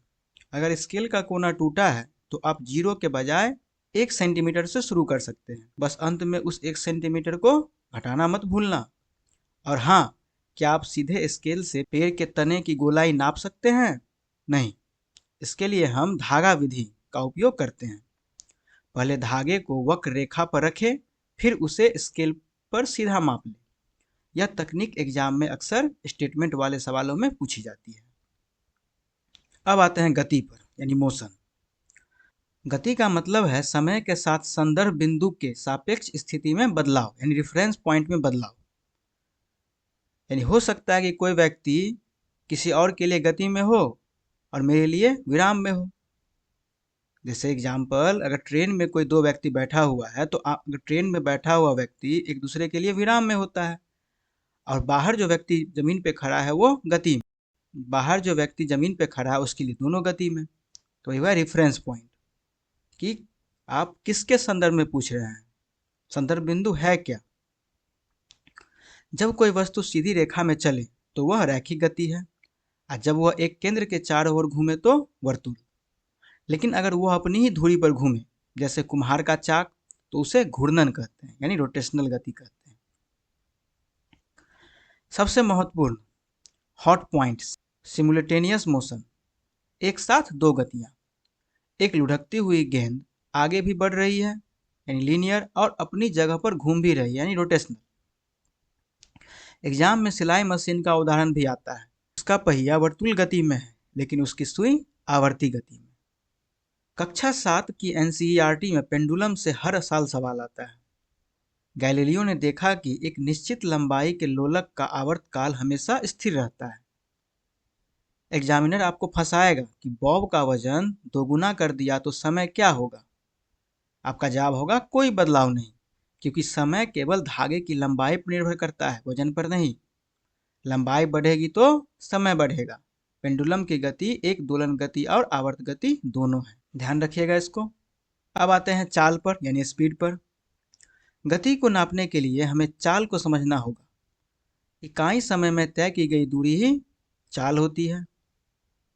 गाड़ियों में 2 मीटर होते हैं, स्पीडोमीटर जो उसी पल की रफ्तार बताता है, और ऑडोमीटर जो यह बताता है कि गाड़ी अब तक कुल कितने किलोमीटर चली है। न्यूमेरिकल के लिए किलोमीटर पर आवर को मीटर पर सेकंड में बदलने के लिए 5/18 से गुना कर देंगे। ये ट्रिक है, वैसे कंसेप्ट क्लियर है तो आप वैसे भी कर सकते हैं, लेकिन ये ट्रिक ये है कि किलोमीटर पर आवर को मीटर पर सेकंड में बदलने के लिए उसे 5/18 से गुना कर दीजिएगा, तो मीटर पर सेकंड में बदल जाएगा। तो पहले यूनिट मापन का हम लोगों ने इंपॉर्टेंट पॉइंट्स देखा जो एग्जाम में आ सकते हैं। अब हम बल के प्रकार, दाब का जादू और घर्षण के रहस्यों को जानेंगे। विज्ञान की भाषा में बल यानी फोर्स का मतलब है किसी वस्तु पर धक्का या खिंचाव। लेकिन यहाँ एक गहरा सवाल है, व्हाई, क्यों? बल पैदा कैसे होता है? एनसीईआरटी कहती है कि बल के लिए कम से कम दो वस्तुओं के बीच अंतःक्रिया होनी चाहिए। रस्साकशी के खेल में जब दोनों टीमें बराबर बल लगाती है तो रस्सा नहीं हिलता, यानी नेट फोर्स, यानी कुल बल शून्य हो जाता है। याद रखिए, बल दिशा बदल सकता है, गति बदल सकता है, और वस्तु का आकार भी। अब देखते हैं बल के प्रकार। यहाँ से सीटेट अक्सर स्टेटमेंट वाला सवाल बनाता है। पहला है संपर्क बल और दूसरा असंपर्क बल। संपर्क बल जहाँ भौतिक संपर्क जरूरी है, जैसे बाल्टी उठाने में लगा पेशीय बल, यानी जहाँ पे हम टच करके कोई बल लगाते हो, ठीक है। और दूसरा है असंपर्क बल, जो दूरी से भी काम करते हैं, जैसे सूखे बालों में कंघी फेरने पर कागज के टुकड़ों का चिपकना। यह स्थिर वैद्युत बल है। गुरुत्वाकर्षण बल भी एक असंपर्क बल ही है, क्योंकि पृथ्वी हर चीज को अपनी ओर खींचती है, चाहे वो संपर्क में हो या नहीं, यानी दूर से ही खींच लेती है। तो संपर्क बल, तो किसी वस्तु के संपर्क में आके बल लगाते हैं, वो हुआ संपर्क बल। अब बिना छुए बिना टच किए दूर से ही जो बल लग जाता है उसे असंपर्क बल कहते हैं। दाब का सबसे जरूरी कॉन्सेप्ट है उसका क्षेत्रफल से रिश्ता। सूत्र है P बराबर F/A। इसका मतलब है अगर क्षेत्रफल कम होगा तो दाब ज्यादा होगा। P यानी यहाँ पे pressure, pressure equal to force by area, यानी दाब बराबर बल बट्टा क्षेत्रफल। इसका मतलब है अगर क्षेत्रफल कम होगा तो दाब ज़्यादा लगेगा। यही कारण है कि कूली अपने सिर पर कपड़े का पगड़ रखता है ताकि बोझ का क्षेत्रफल बढ़ जाए और उसके सिर पर दाब कम लगे। एग्जाम में पूछा जाता है कि ऊंट रेगिस्तान में आसानी से क्यों चल पाता है, तो जवाब है उसके पैर चौड़े होते हैं जिससे दाब कम हो जाता है। यानी कि क्षेत्रफल बढ़ेगा तो दाब कम होगा और क्षेत्रफल कम हो जाएगा तो दाब बढ़ जाएगा। दाब केवल ठोसों में नहीं होता। एनसीईआरटी का बोतल वाला प्रयोग नोट कीजिए। पानी का दाब गहराई के साथ बढ़ता है। इसी तरह हमारे ऊपर हवा का एक विशाल स्तंभ है जिसे वायुमंडलीय दाब कहते हैं। क्या आपने सोचा है कि रबर का चूसक दीवार से क्यों चिपक जाता है? क्योंकि अंदर की हवा निकल जाती है और बाहर का वायुमंडलीय दाब उसे दबा कर रखता है। इसी शक्ति को दिखाने के लिए जर्मन वैज्ञानिक ऑटो वॉन ग्यूरिक ने 17वीं शताब्दी में घोड़ों के साथ एक प्रसिद्ध प्रयोग किया था। अब आते हैं घर्षण पे यानी फ्रिक्शन। घर्षण वह बल है जो गति का विरोध करता है। यह सतहों के सूक्ष्म अनियमितताओं के आपस में फंसने से होता है। सीटेट का सबसे पसंदीदा न्यूमेरिकल कॉन्सेप्ट पॉइंट। घर्षण का क्रम। स्थैतिक घर्षण सबसे ज़्यादा होता है, फिर सपरी और सबसे कम लोटनिक। इसलिए भारी सामान को धक्का देने से आसान है उसे पहियों पर ले जाना। यानी स्थैतिक घर्षण जो स्थिर होता है, उसके आता है सपरी जो कि स्लाइड करता है ना, फिसल के जाता है, और तीसरा लोटनिक यानी रोल करके जाता है। तो घर्षण का क्रम ऐसा है, पहले स्थैतिक घर्षण है जो रुका हुआ होता है, बहुत उसमें पावर लगता है, बहुत ज़्यादा बल की जरूरत पड़ती है। दूसरा है स्लाइड करके घसीट के ले जाना, उसमें कुछ कम बल लगता है। और तीसरा लेटनिक जिसमें बहुत कम लगता है, रोलिंग करके ले जाना यानी घुमा कर ले जाना पहिए की तरह। इसलिए भारी सामान को धक्का देने से आसान है उसे पहियों पर ले जाना। हवा और पानी भी वस्तुओं पर घर्षण बल लगाते हैं जिसे ड्रैग कहते हैं यानी कर्षण। इस घर्षण को कम करने के लिए प्रकृति ने पक्षियों और मछलियों को एक विशेष आकृति दी है जिसे धारा रेखीय कहते हैं। मनुष्य ने भी इसी को देखकर हवाई जहाजों और नावों का डिजाइन बनाया ताकि ऊर्जा की बचत हो सके। तो क्वेश्चन आ सकता है कि पक्षियों, हवाई जहाज और नावों का आकृति कैसा होता है? तो ध्यान रखिएगा धारा रेखीय, स्ट्रीम लाइन। अब आते हैं तीसरा यूनिट, प्रकाश और ध्वनि पे। एम्बुलेंस पर अक्षर उल्टे क्यों होते हैं? चांद पर धमाका सुनाई क्यों नहीं देता? और डेंटिस्ट कौन सा दर्पण उपयोग करते हैं? तो चलिए हम लोग जानते हैं। प्रकाश की यात्रा शुरू होती है एक मूल मंत्र से। प्रकाश हमेशा सीधी रेखा में गमन करती है यानी चलती है। इसे रैखिक संचरण कहते हैं, रेक्टिलिनियर प्रोपैगेशन। इसे सिद्ध करने के लिए एनसीईआरटी की वो पाइप वाली एक्टिविटी याद रखिए, मुड़ी हुई पाइप से मोमबत्ती कभी नहीं दिखती। छाया। छाया तभी बनती है यानी शैडो जब कोई ओपेक यानी अपारदर्शी वस्तु प्रकाश का रास्ता रोकती है। यहाँ से पिनहोल कैमरा का सवाल जरूर आता है। याद रखिए इसमें प्रतिबिंब हमेशा वास्तविक और उल्टा बनता है क्योंकि किरणें छोटे छेद में एक दूसरे को क्रॉस करती है। जितना छोटा छेद उतनी ही शार्प इमेज। प्रकाश जब किसी चमकदार सतह से टकराकर लौटता है तो उसे परावर्तन कहते हैं। इसके दो नियम पत्थर की लकीर है। आपतन कोण आई फॉर इंसिडेंट एंगल हमेशा परावर्तन कोण एंगल आर यानी रिफ्लेक्टेड एंगल के बराबर होता है। यानी आपतन कोण और परावर्तन कोण दोनों आपस में बराबर होते हैं, यानी angle I is equal to angle are.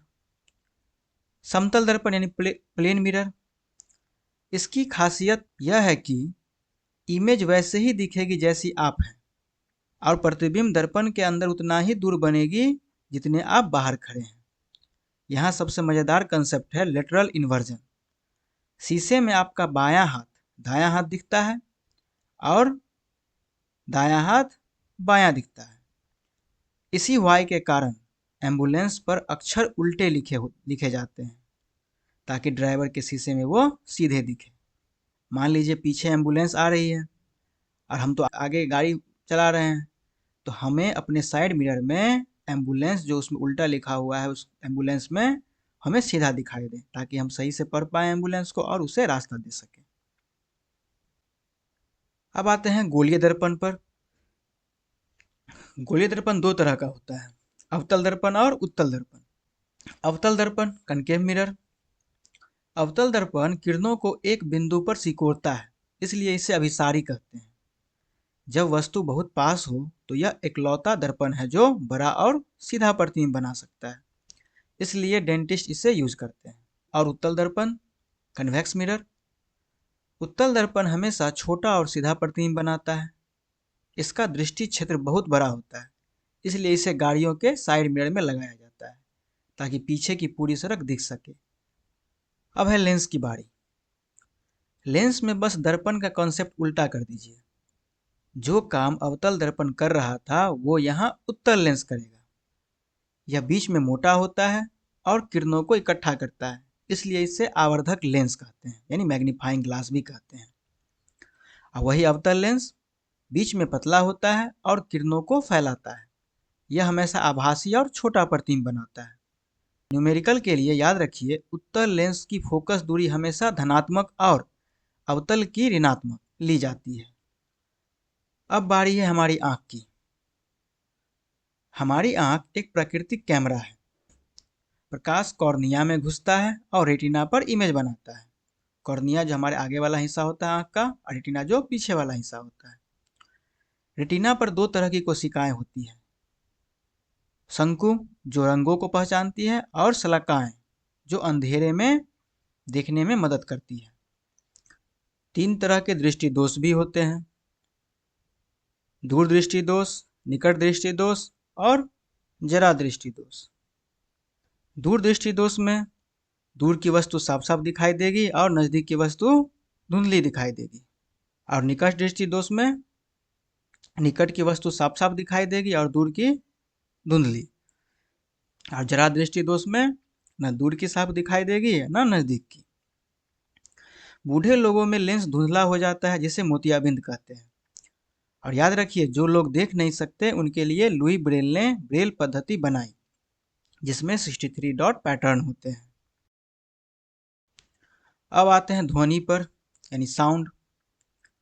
ध्वनि हमेशा कंपन से पैदा होती है, चाहे वो सितार का तार हो या हमारे गले का वोकल कॉर्ड। ध्वनि को चलने के लिए माध्यम की जरूरत होती है। निर्वात में ध्वनि नहीं चल सकती, इसीलिए अंतरिक्ष में धमाका होने पर भी सन्नाटा रहता है। ध्वनि की रफ्तार सबसे ज़्यादा ठोस में होती है, फिर द्रव में और सबसे कम गैस में। लोहे की पटरी पर कान लगाकर आप दूर आती ट्रेन की आवाज़ हवा से पहले सुन सकते हैं। एग्जाम में यहाँ से न्यूमेरिकल्स और तुलना वाले सवाल आते हैं। लाउडनेस यानी कि कितनी तेज आवाज़ है, यानी लाउडनेस आयाम पर निर्भर करती है। आयाम 2 गुना होगा तो लाउडनेस 4 गुना बढ़ जाएगा। पिच, कितनी तीखी आवाज़। पिच जो है आवृत्ति पर निर्भर करती है। महिलाओं और बच्चों की आवाज़ की आवृत्ति ज़्यादा होती है, इसलिए उनकी आवाज़ तीखी होती है, यानी हाई पिच की होती है। जबकि शेर की दहाड़ में आयाम ज़्यादा है, इसलिए वो लाउड है। हम केवल 20 हर्ट्ज से 20,000 हर्ट्ज के बीच ही आवाज़ सुन सकते हैं। न 20 हर्ट्ज से नीचे सुन सकते हैं, ना ही 20,000 हर्ट्ज से ऊपर की आवाज़ हम सुन सकते हैं। अब आते हैं अगले यूनिट, विद्युत और चुंबक पे। इस यूनिट से न सिर्फ न्यूमेरिकल आते हैं, बल्कि कथन और कारण वाले पेचीदा सवाल भी पूछे जाते हैं। तो हम जानेंगे कि बिजली का बल्ब क्यों जलता है, इलेक्ट्रोप्लेटिंग के क्या नियम हैं, और पृथ्वी खुद एक चुंबक की तरह कैसे काम करती है। विद्युत की कहानी शुरू होती है एक इलेक्ट्रिक सेल से, जिसमें दो टर्मिनल होते हैं, धनात्मक और ऋणात्मक। क्या आपने कभी सोचा है कि बल्ब क्यों जलता है? बल्ब के अंदर एक पतला तार होता है जिसे फिलामेंट कहते हैं, जो आमतौर पर टंगस्टन का बना होता है। जब सर्किट पूरा होता है तो करंट बैटरी के प्लस टर्मिनल से निकलकर बल्ब के माध्यम से माइनस की ओर बहता है। अगर सर्किट में कहीं भी गैप है तो वह ओपन सर्किट है और बिजली नहीं बहेगी। एग्जाम में अक्सर पूछा जाता है कि क्या हवा बिजली की सुचालक है? तो याद रखिएगा, सूखी हवा एक इंसुलेटर है, यानी कुचालक है, सुचालक नहीं है। लेकिन नमी होने पर यह बिजली का संचालन कर सकती है। बिजली के तारों में हमेशा तांबा ही क्यों इस्तेमाल होता है? क्योंकि यह एक बेहतरीन सुचालक है। वही शुद्ध पानी यानी आशुद्ध जल यानी डिस्टिल्ड वाटर बिजली का कुचालक होता है, लेकिन अगर इसमें थोड़ा सा नमक या एसिड मिला दे तो यह सुचालक बन जाता है। पेडागोजी से जुड़ा एक वाई आधारित सवाल। त्वरित के समय मोबाइल फोन का उपयोग सुरक्षित है, लेकिन लैंडलाइन का नहीं। क्यों? क्योंकि लैंडलाइन के तार बिजली का झटका अंदर ला सकते हैं, जबकि मोबाइल वायरलेस होता है। विद्युत धारा। विद्युत धारा के दो मुख्य प्रभाव होते हैं। पहला है तापीय प्रभाव यानी हीटिंग इफेक्ट। जब बिजली बहती है तो तार गर्म हो जाता है। प्रेस और हीटर में नाइक्रोम का तार होता है, जिसका प्रतिरोध बहुत ज्यादा होता है।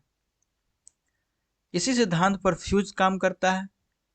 इसका तार कम गलनांक वाला होता है, ताकि वोल्टेज बढ़ने पर वह तुरंत पिघल जाए और हमारे उपकरण बच जाए। और दूसरा है चुंबकीय प्रभाव, मैग्नेटिक इफेक्ट। 1820 में हेंस क्रिश्चियन ऑस्ट्रेड ने खोजा कि तार के पास रखने पर कंपास सुई हिलती है। इसका उपयोग हम विद्युत चुंबक बनाने में करते हैं, यानी इलेक्ट्रोमैग्नेट बनाने में, जो क्रेन और बिजली की घंटी में काम आते हैं। अब है इलेक्ट्रोप्लेटिंग। यह बिजली के माध्यम से एक धातु पर दूसरी धातु की परत चढ़ाने की प्रक्रिया है। इसका ब्रह्मास्त्र नियम नोट कर लें। जिस वस्तु पर परत चढ़ानी है, जैसे लोहे की चम्मच, उसे हमेशा नेगेटिव यानी कि कैथोड से जोड़ेंगे, और जिस शुद्ध धातु को चढ़ाना है उसे पॉजिटिव यानी कि एनोड से। कटे हुए आलू में तार डालने पर धनात्मक सिरे के पास नीला धब्बा बन जाता है, जिससे हमें टर्मिनल की पहचान हो जाती है। चुंबक के दो ध्रुव होते हैं, उत्तरी और दक्षिणी। अगर आप एक चुंबक को दो टुकड़ों में तोड़ दें तो क्या उत्तरी और दक्षिणी ध्रुव अलग हो जाएंगे? बिल्कुल नहीं। हर छोटे टुकड़े के अपने दो ध्रुव बन जाएंगे, यानी अकेला ध्रुव कभी अस्तित्व में नहीं होता। पृथ्वी खुद एक विशाल चुंबक की तरह व्यवहार करती है। स्वतंत्र रूप से लटका हुआ चुंबक हमेशा उत्तर दक्षिण दिशा में ठहरता है। और याद रखिए, रिपल्सन यानी कि प्रतिकर्षण ही चुंबकत्व का असली टेस्ट है, आकर्षण नहीं, क्योंकि चुंबक लोहे को भी आकर्षित कर सकता है। अब आते हैं अगले यूनिट, सौरमंडल और प्राकृतिक परिघटनाएं पे। इसमें हम लोग आसमानी बिजली, भूकंप और ब्रह्मांड के रहस्यों को एनसीईआरटी की नज़र से देखें। हम समझेंगे कि शुक्र ग्रह सबसे गर्म क्यों है, भूकंप कैसे मापा जाता है, और त्वरित से सुरक्षा के असली तरीके क्या है। कक्षा 8 की एनसीईआरटी हमें आवेशों की दुनिया में ले जाती है। जब दो वस्तुओं को रगड़ा जाता है तो वे आवेशित हो जाती है। याद रखिए, समान आवेश एक दूसरे को प्रतिकर्षित करते हैं और विपरीत आवेश आकर्षित। बादलों में जब भारी मात्रा में धन और ऋण आवेश इकट्ठा हो जाते हैं तो उनके बीच बिजली कड़कती है, जिसे विद्युत विसर्जन कहते हैं। इसी से आसमान में बिजली चमकती है और गर्जन होती है।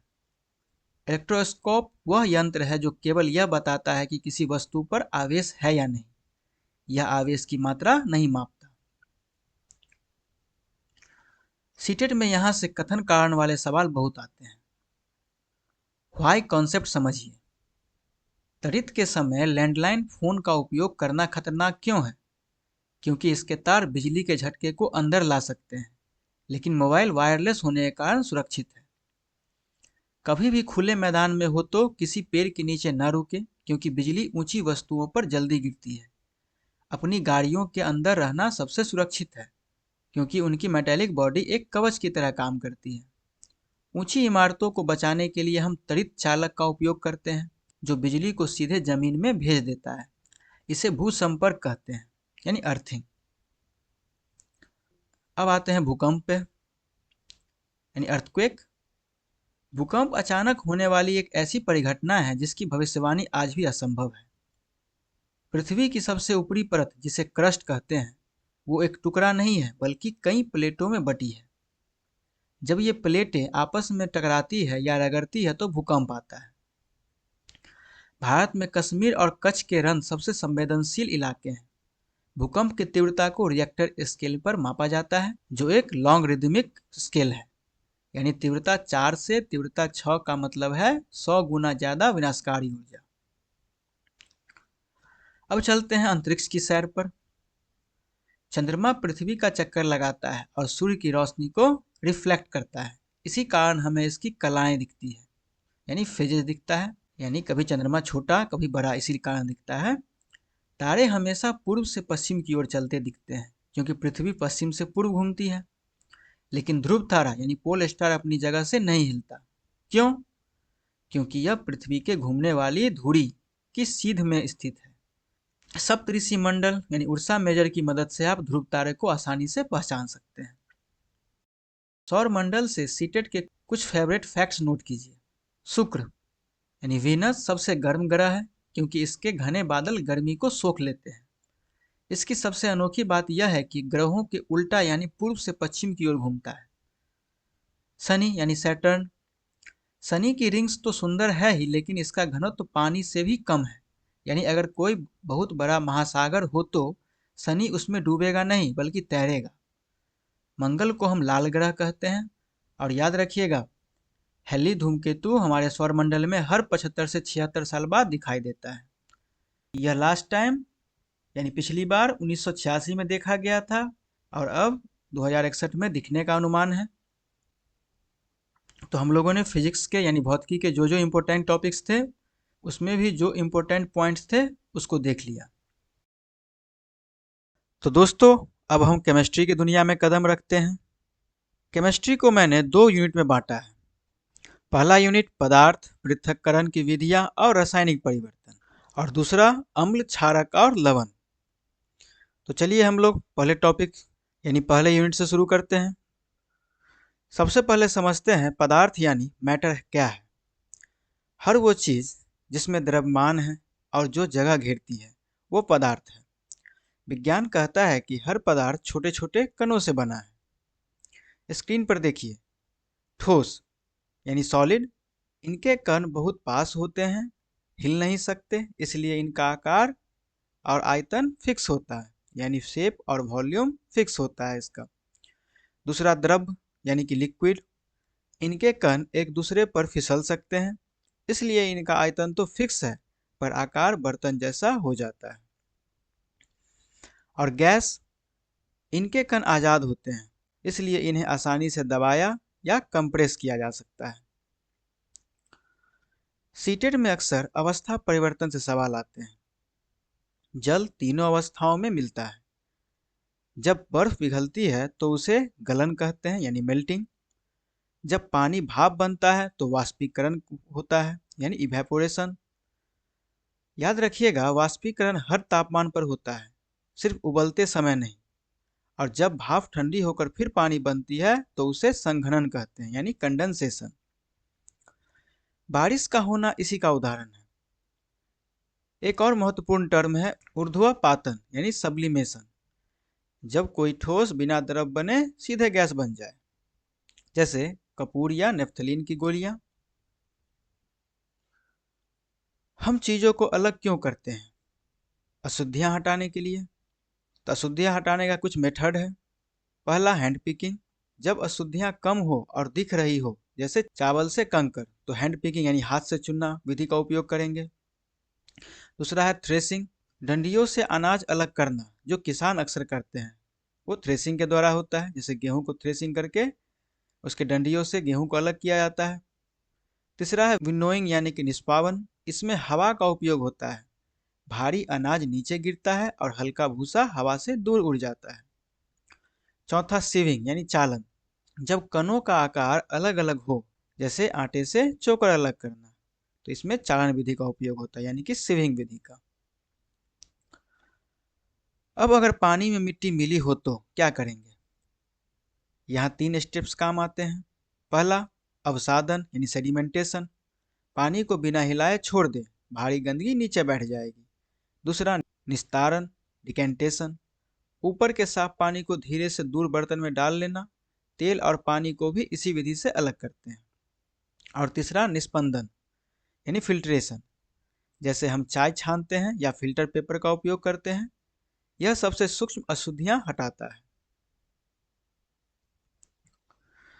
दोस्तों, घोल या सॉल्यूशन से एक सवाल पक्का आता है। क्या हम पानी में कितना भी नमक घोल सकते हैं? नहीं, एक सीमा के बाद नमक घुलना बंद हो जाता है। ऐसे घोल को संतृप्त घोल कहते हैं, यानी सैचुरेटेड सॉल्यूशन कहते हैं। लेकिन यहाँ एक ट्रिक है, अगर हम इस घोल को गर्म कर दें, इसमें और नमक घोला जा सकता है, यानी तापमान बढ़ाने पर विलयता बढ़ जाती है। इसको ध्यान रखिएगा, अगर टेम्परेचर इंक्रीज करेगा तो सॉल्युबिलिटी भी इंक्रीज करेगी। अब आते हैं सबसे कंफ्यूजिंग टॉपिक पर, भौतिक और रासायनिक परिवर्तन। भौतिक परिवर्तन जिसमें केवल रूप बदलता है, नई नई चीज नहीं बनती, जैसे बर्फ का पिघलना या कागज का फटना, यह अक्सर पलटा जा सकता है। रासायनिक परिवर्तन, इसमें नया पदार्थ बनता है, जैसे लोहे पर जंग लगना या दूध से दही जमना, इसे वापस नहीं बदला जा सकता। ध्यान दें, मोमबत्ती का जलना एक ऐसा उदाहरण है जिसमें दोनों परिवर्तन होते हैं। मोम का पिघलना भौतिक है और बत्ती का जलकर धुआं बनना रासायनिक। यह सीटेट में कई बार आ चुके हैं। अब हम लोग जानते हैं कि लोहे पर जंग कैसे लगता है। लोहे पर जंग लगने के लिए दो चीजें जरूरी है, यानी रस्टिंग के लिए दो चीज जरूरी है, हवा यानी ऑक्सीजन और नमी वाटर। इसे रोकने के लिए हम पेंट या यसद लेपन यानी गैल्वेनाइजेशन करते हैं। दूसरी ओर क्रिस्टलीकरण है। अक्सर स्टूडेंट्स इसे रासायनिक समझ लेते हैं, लेकिन याद रखिएगा, समुद्र के पानी में नमक बनना या कॉपर सल्फेट के क्रिस्टल बनना एक भौतिक परिवर्तन है, क्योंकि इसमें कोई नया केमिकल नहीं बनता, बस शुद्ध रूप प्राप्त होता है। तो दोस्तों, यह था पदार्थ और परिवर्तन। अब आते हैं दूसरे यूनिट, अम्ल, क्षारक और लवण पर, यानी एसिड्स, बेसेस एंड सॉल्ट्स पे। साथियों, केमिस्ट्री का दूसरा सबसे बड़ा पिलर है अम्ल और क्षार। अम्ल यानी एसिड लैटिन शब्द एकर से बना है, जिसका मतलब है खट्टा, जैसे दही, नींबू का रस, संतरा इत्यादि। क्षार यानी बेस, जो स्वाद में कड़वे होते हैं और छूने पर साबुन जैसे चिकने लगते हैं, जैसे बेकिंग सोडा या साबुन। अब हर चीज को तो हम चख नहीं सकते, तो हम सूचक का इस्तेमाल करते हैं।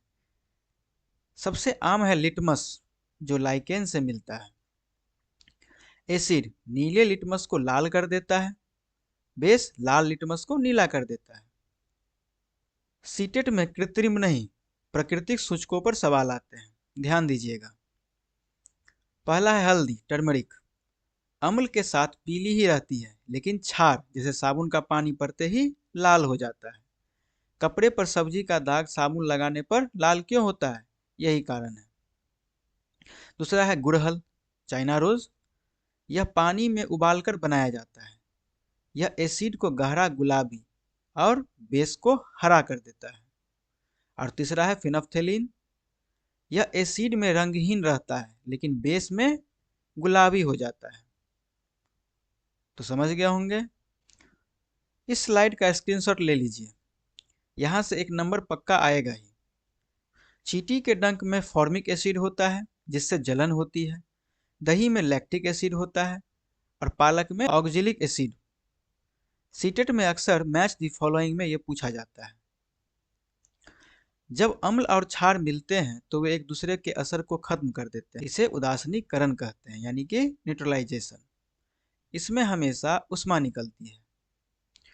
दैनिक जीवन के उपयोग, पहला अपच, इंडाइजेशन। पेट में ज्यादा एसिड बनने पर हम मिल्क ऑफ मैग्नीशिया यानी एंटासिड लेते हैं, जो एक क्षार है। दूसरा है चींटी का डंक। चींटी फॉर्मिक एसिड छोड़ती है, हम उस पर बेकिंग सोडा या कैलेमाइन मलते हैं, जो क्षारीय होता है। और तीसरा मृदा उपचार, अगर मिट्टी ज्यादा अम्लीय है तो किसान उसमें बिना बुझा चूना मिलाते हैं, यानी क्विक लाइम। अब चलते हैं धातुओं की ओर। भौतिक गुण तो आसान है, इसलिए एग्जाम में ना के बराबर आता है, इसलिए हम लोग रासायनिक गुणों पर फोकस करेंगे। पहला है रासायनिक गुण, ऑक्सीजन से क्रिया। धातुएं ऑक्सीजन से जलकर धातु ऑक्साइड बनाती है। जैसे मैग्नीशियम रिबन को जलाने पर वो चमकदार सफेद लौ के साथ जलता है और सफेद राख बनती है। MgO। महत्वपूर्ण बात, धातुओं के ऑक्साइड क्षारीय होते हैं, यानी लाल लिटमस को नीला करते हैं। अपवाद है लोहे में जंग लगना, Fe2O3 भी एक धीमी रासायनिक अभिक्रिया है। यह टॉपिक थोड़ा ट्रिकी है। क्या होगा अगर हम कॉपर सल्फेट यानी नीले थोथे के घोल में लोहे की कील डाल दें? कुछ देर बाद घोल का रंग हरा हो जाएगा और कील पर भूरी परत यानी कॉपर जम जाएगी। क्यों? क्योंकि लोहा कॉपर से अधिक अभिक्रियाशील है। ताकतवर धातु कमजोर धातु को उसकी जगह से हटा देता है। याद रखें, जिंक आयरन से ज्यादा रिएक्टिव है और आयरन कॉपर से ज्यादा रिएक्टिव है। यहाँ कंफ्यूजन मत रखिएगा। सोडियम और पोटेशियम जो कि धातु है, हवा और पानी दोनों में आग पकड़ लेते हैं, इसलिए इन्हें मिट्टी के तेल में रखते हैं। फास्फोरस जो कि अधातु है, यह हवा में आग पकड़ता है, इसलिए इसे पानी में डुबो कर रखा जाता है। अधातुओं के ऑक्साइड आमतौर पर अम्लीय होते हैं, नीले लिटमस को लाल करते हैं, जैसे SO2 सल्फर डाइऑक्साइड। कोयला और पेट्रोलियम जीवाश्म ईंधन है जो मृत जीवों से लाखों साल में बने हैं। पेट्रोलियम, इसे काला सोना भी कहते हैं। इसकी रिफाइनिंग से हमें पेट्रोल, डीजल और मिट्टी का तेल मिलता है। महत्वपूर्ण पॉइंट है, कोयले के प्रक्रम से कोक बनता है जो कार्बन का सबसे शुद्ध रूप है और इसका उपयोग स्टील बनाने में होता है। सड़क बनाने में अब कोल तार की जगह बिटुमेन का उपयोग होता है।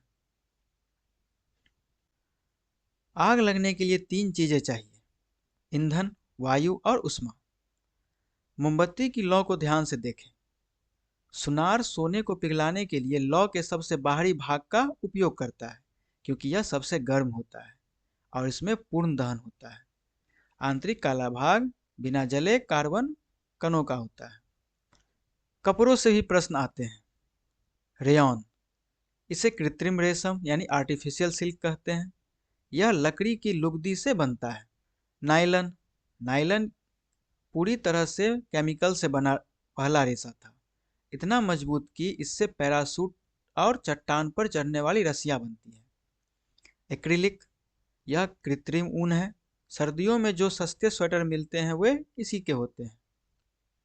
प्लास्टिक, प्लास्टिक 2 तरह के होते हैं। थर्मोप्लास्टिक गर्म करने पर मुड़ जाते हैं, जैसे पॉलीथीन, PVC, और थर्मोसेटिंग एक बार सेट हो गए तो पिघलते नहीं, जैसे स्विच बोर्ड में बैकेलाइट और आग बुझाने वाले कपड़ों में मेलामाइन। तो सेकेंड यूनिट भी कंप्लीट हो गया। अब बारी है बायोलॉजी की। बायोलॉजी को हमने 3 पार्ट में डिवाइड किया है, 3 यूनिट्स में। फर्स्ट यूनिट भोजन और पौधे, सेकेंड मानव शरीर यानी ह्यूमन बॉडी, और थर्ड कोशिका और सूक्ष्म जीव।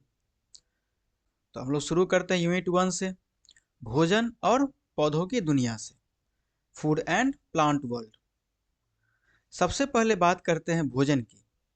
सीटेट में सीधा सवाल आता है कि आप कैसे पहचानेंगे कि खाने में क्या है।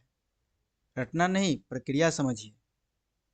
पहला, कार्बोहाइड्रेट, मंड या स्टार्च। अगर उबले आलू या चावल पर तनु आयोडीन विलयन डालें और रंग नीला काला हो जाए तो स्टार्च है। नीला रंग क्यों?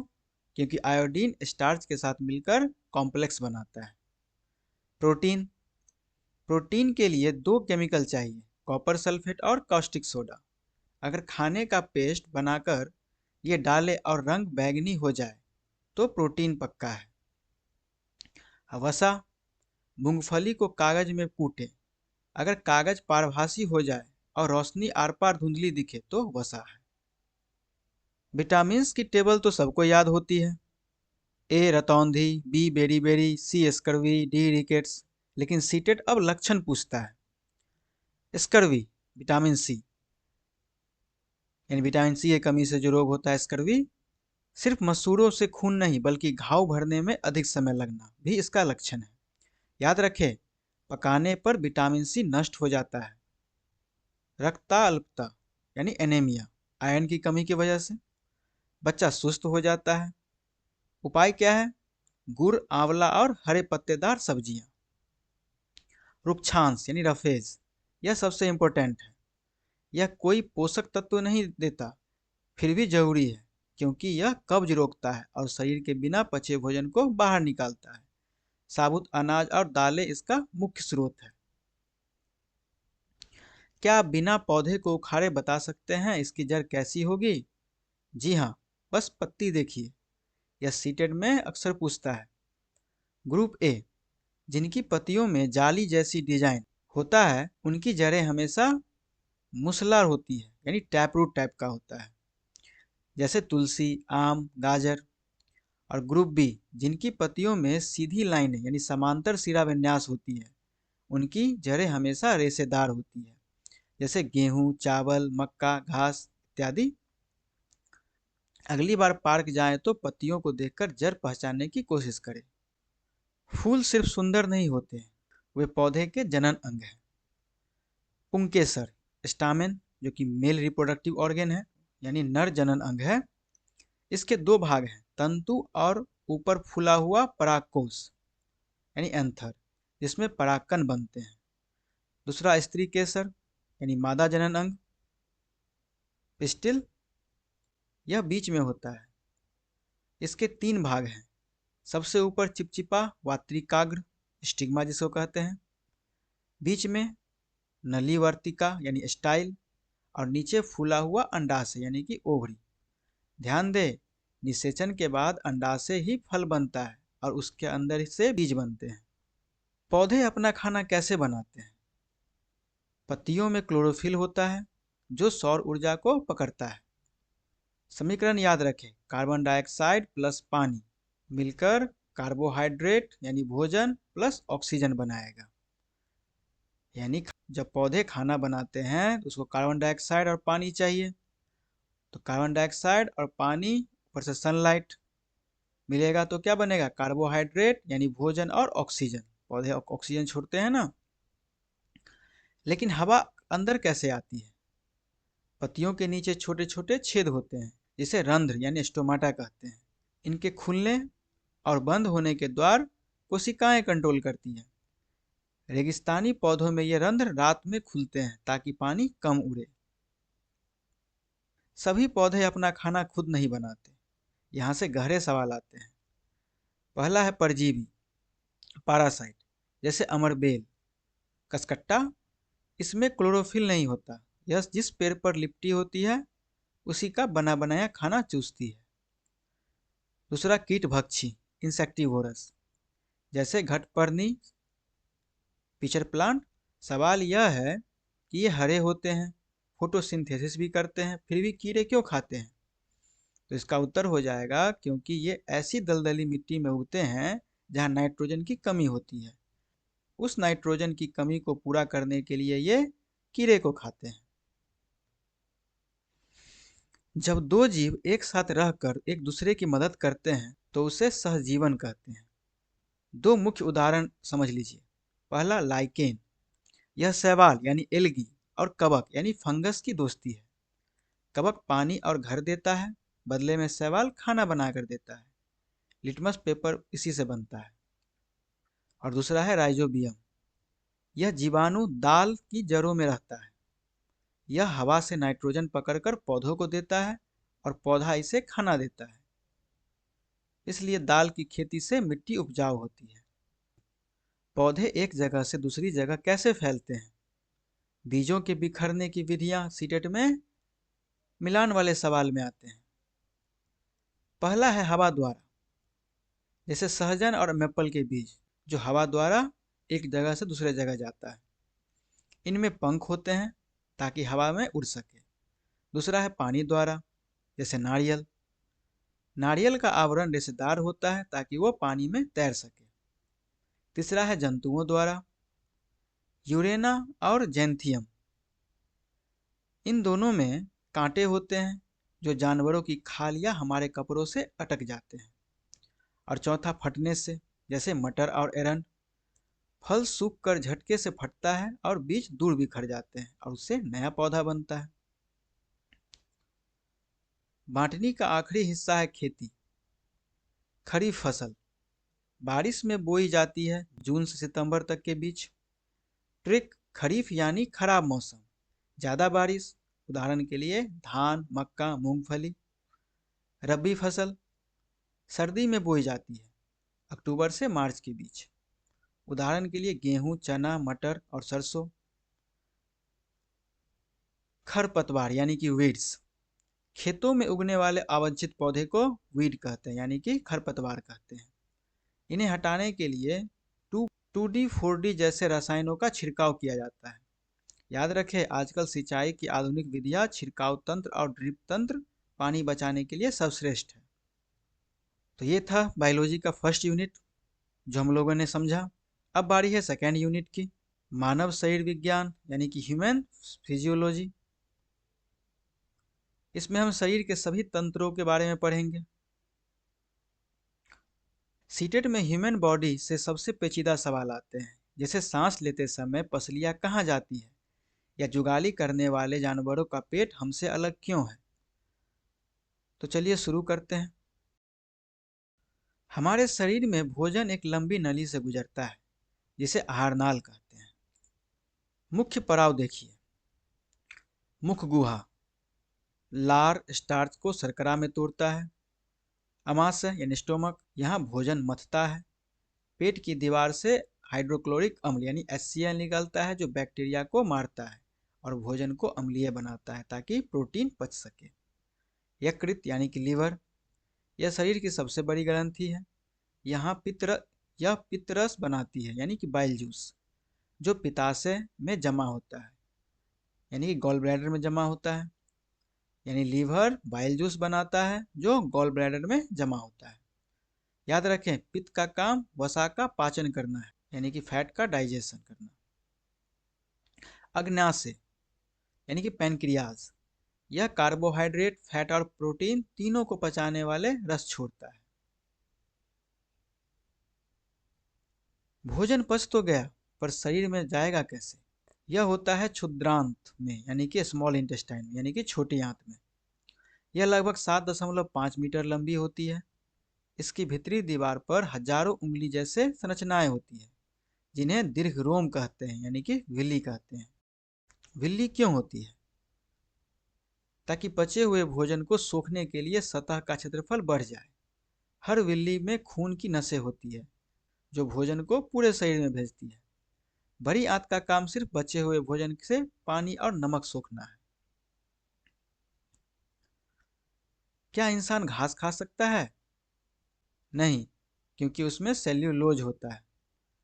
जुगाली करने वाले यानी कि रूमिनेंट्स, गाय भैंस घास को जल्दी निगलकर पेट के पहले भाग यानी रूमेन में जमा करते हैं। यहाँ कुछ बैक्टीरिया सेल्यूलोज को पचाते हैं जो इंसान में नहीं होते। बाद में जानवर इस भोजन को वापस मुंह में लाकर चबाता है। अमीबा, इसमें न मुंह है न पेट। यह अपनी नकली उंगलियों यानी स्यूडोपोडिया से शिकार को घेरता है और खाद्य धन यानी फूड वैक्यूल के अंदर पचा लेता है। सांस लेना केवल हवा अंदर बाहर करना नहीं है। जब हम सांस अंदर लेते हैं अंतः श्वसन होता है। पसलियां यानी कि रिब्स, जब हम सांस अंदर लेते हैं तो पसलियां यानी कि रिब्स ऊपर और बाहर की ओर गति करती है और डायफ्राम नीचे की ओर जाता है। इससे छाती में जगह बढ़ती है और हवा भर जाती है। सांस छोड़ते समय सब उल्टा होता है। हम जो ऑक्सीजन लेते हैं वह कोशिकाओं में ग्लूकोज को तोड़कर ऊर्जा बनाती है। इसे कोशिकीय श्वसन कहते हैं। क्या दौड़ते समय कभी पैरों में ऐंठन हुई है यानी क्रैम्प्स आए हैं? जब हम भारी कसरत करते हैं तो हमारे शरीर को ऑक्सीजन कम पड़ती है। तब हमारी मांसपेशियां बिना ऑक्सीजन के ही ऊर्जा बनाने लगती है, जिसको अवायवीय श्वसन कहते हैं। ऑक्सीजन की उपस्थिति में जो श्वसन होता है वायवीय श्वसन, जो ऑक्सीजन की अनुपस्थिति में होता है उसे अवायवीय श्वसन। इस प्रक्रिया में ग्लूकोज पूरी तरह नहीं टूटता और लैक्टिक एसिड बनता है। यही एसिड जमा होने से दर्द होता है। गर्म पानी से नहाने या मालिश करने से खून का दौरा बढ़ता है और यह एसिड खत्म हो जाता है। इसलिए ना अत्यधिक दौड़ने से हमारे घुटनों में दर्द होने लगते हैं, हमारे पैर दर्द करने लगते हैं, क्योंकि लैक्टिक एसिड बन जाता है। इंसान फेफड़ों से सांस लेते हैं और बाकी जानवर, कीड़े यानी कॉकरोच, इनके शरीर पर छोटे छेद होते हैं तो इनका श्वास रंध्र और हवा की नालियां होते हैं वातक यानी ट्रैकिया। केंचुआ और मेढक, ये अपनी गीली त्वचा से सांस लेते हैं। मेढक जमीन पर फेफड़ों का भी इस्तेमाल करता है। मछली, मछली क्लोम से पानी में घुली ऑक्सीजन लेती है यानी कि गिल से, गल्फर से। हमारा दिल बिना थके जीवन भर धड़कता है। इसमें दो रक्त वाहिकाएं जुड़े होती है। पहला है धमनी यानी आर्टरी। इनमें दीवारें मोटी होती है क्योंकि खून हाई प्रेशर से बहता है। ये ऑक्सीजन वाला खून ले जाती है। अपवाद फुफ्फुस धमनी यानी कि पुलमोनरी आर्टरी, जो अशुद्ध खून फेफड़ों तक ले जाती है। दूसरा है सिरा यानी वेन। इसमें दीवारें पतली होती है और वॉल्व होते हैं ताकि खून उल्टा न बहे। ये अशुद्ध खून वापस लाती है। अपवाद के रूप में है फुफ्फुस सिरा। खून लाल क्यों होता है? आरबीसी में मौजूद हीमोग्लोबिन के कारण, जो ऑक्सीजन को बांधता है, इसी कारण खून लाल होता है। डब्ल्यूबीसी यानी श्वेत कणिकाएं, ये हमारे शरीर की फौज है जो रोगाणुओं से लड़ती है। प्लेटलेट्स, अगर ये न हो तो चोट लगने पर खून बहना बंद नहीं होगा। ये रक्त को थक्का बनाने में मदद करते हैं। कौन? तो प्लेटलेट्स। प्लेटलेट्स रक्त को थक्का बनाने में यानी क्लॉट जमाने में मदद करते हैं। शरीर की सफाई जरूरी है। हमारे रक्त को छानने का काम वृक्क करते हैं यानी किडनीज करते हैं। उपयोगी चीजें वापस खून में मिल जाती है और गंदगी पानी के साथ मूत्र बनकर निकल जाता है। अगर किडनी फेल हो जाए तो अपोहन यानी कि डायलिसिस मशीन का उपयोग किया जाता है। मछलियां सीधे अमोनिया छोड़ती है। पक्षी और छिपकली यूरिक एसिड यानी सफेद पेस्ट छोड़ते हैं और इंसान यूरिया छोड़ते हैं। जंतुओं में जनन, निषेचन और भ्रूण का विकास। जनन की शुरुआत शुक्राणु और अंडाणु के मिलन से होती है, जिसको निषेचन कहते हैं। इससे युग्मज बनता है यानी जायगोट बनता है।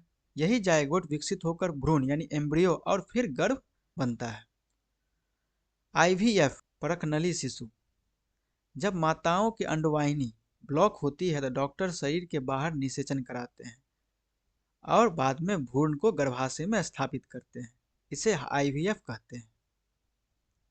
कायांतरण यानी मेटामॉर्फोसिस,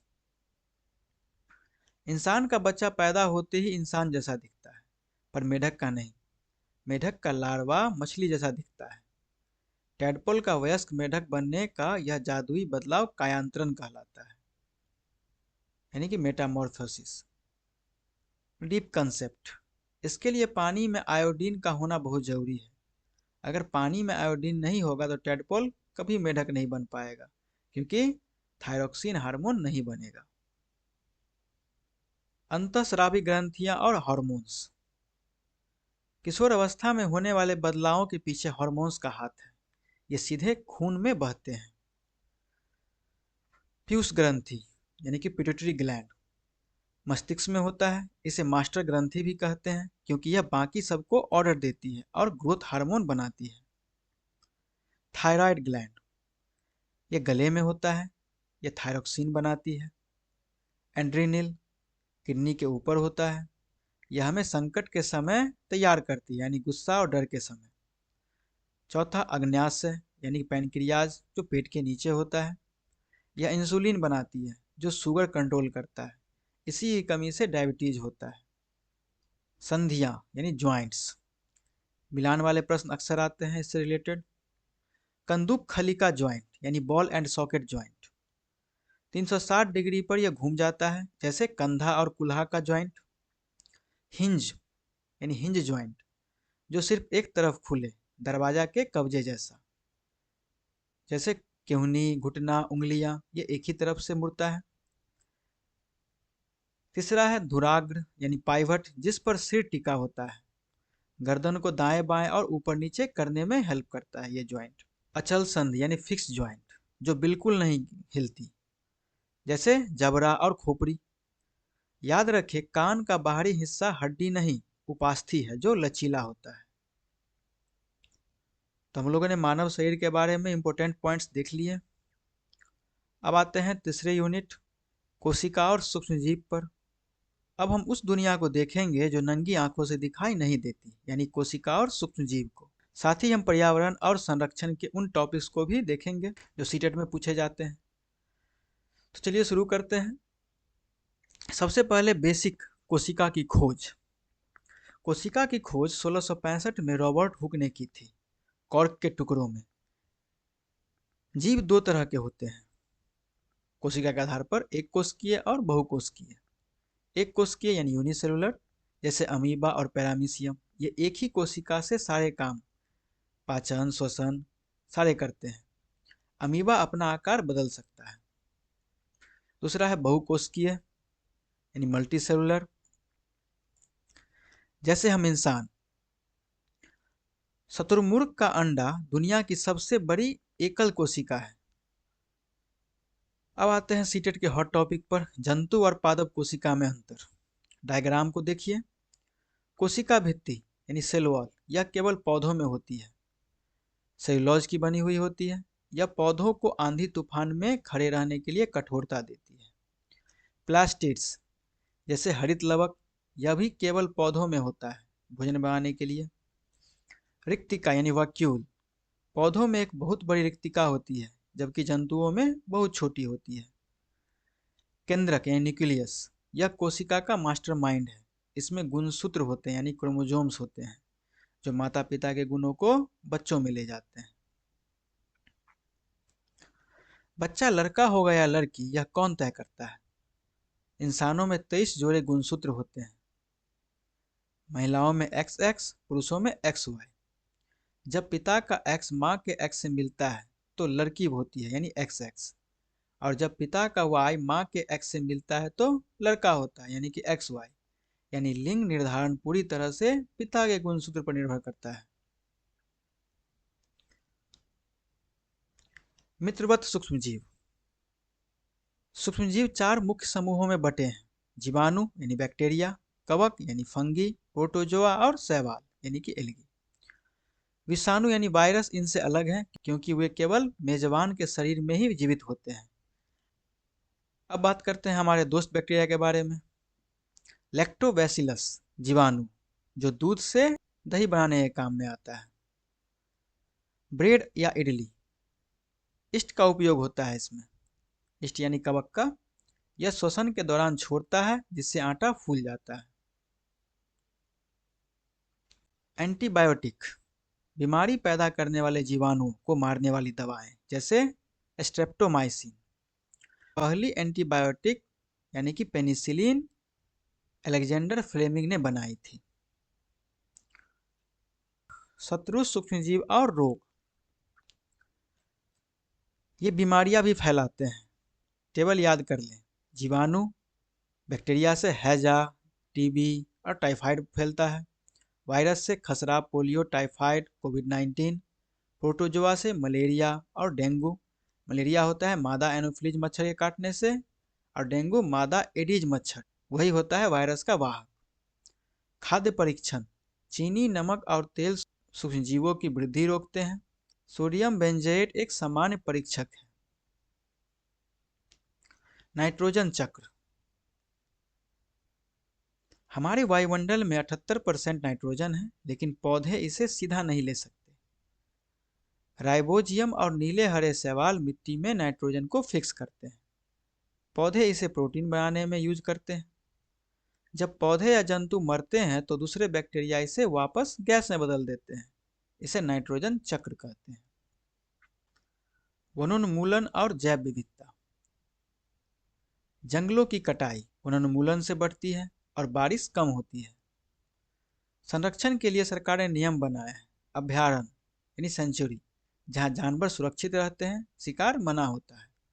राष्ट्रीय उद्यान या नेशनल पार्क, यहाँ पूरा पारिस्थितिक तंत्र सुरक्षित रहता है, जैसे सतपुरा नेशनल पार्क। तीसरा, जैव मंडल आरक्षित क्षेत्र यानी कि बायोस्फीयर रिजर्व, यह बहुत बड़ा इलाका होता है जहाँ आदिवासियों का पारंपरिक जीवन भी सुरक्षित रखा जाता है, जैसे पंचमढ़ी। संकटापन्न प्रजातियां और रेड डेटा बुक, दो टर्म्स बहुत महत्वपूर्ण हैं। पहला, विशेष क्षेत्रीय प्रजाति यानी एंडेमिक स्पीसीज, जो पौधे या जंतु केवल एक खास क्षेत्र में पाए जाते हैं और कहीं नहीं, जैसे पंचमढ़ी की विशाल गिलहरी और साल के पेड़।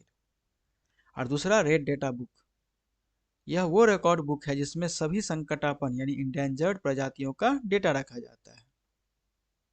आखिरी टॉपिक है प्रदूषण। वाहनों और फैक्ट्रियों से सल्फर डाइऑक्साइड और नाइट्रोजन डाइऑक्साइड निकलते हैं। ये बारिश के पानी के साथ मिलकर सल्फ्यूरिक और नाइट्रिक एसिड बनाते हैं। इसे अम्ल वर्षा कहते हैं, यानी एसिड रेन। इसी के कारण आगरा का ताजमहल पीला पड़ रहा है, जिसे संगमरमर का कैंसर भी कहते हैं। ग्रीन हाउस प्रभाव। ग्रीन हाउस प्रभाव की अधिकता से पृथ्वी गर्म हो रही है, यानी ग्लोबल वार्मिंग बढ़ रहा है। इसके लिए क्योटो प्रोटोकॉल बनाया गया था। तो साथियों, यह थी आज की हमारी साइंस की कंप्लीट क्लास। मुझे उम्मीद है कि अब साइंस को लेकर आपका डर खत्म हो गया होगा। अगर आपको इस क्लास के नोट्स चाहिए तो पिन कमेंट और डिस्क्रिप्शन में टॉपमेट का लिंक दिया गया है, वहां से आप ले सकते हैं।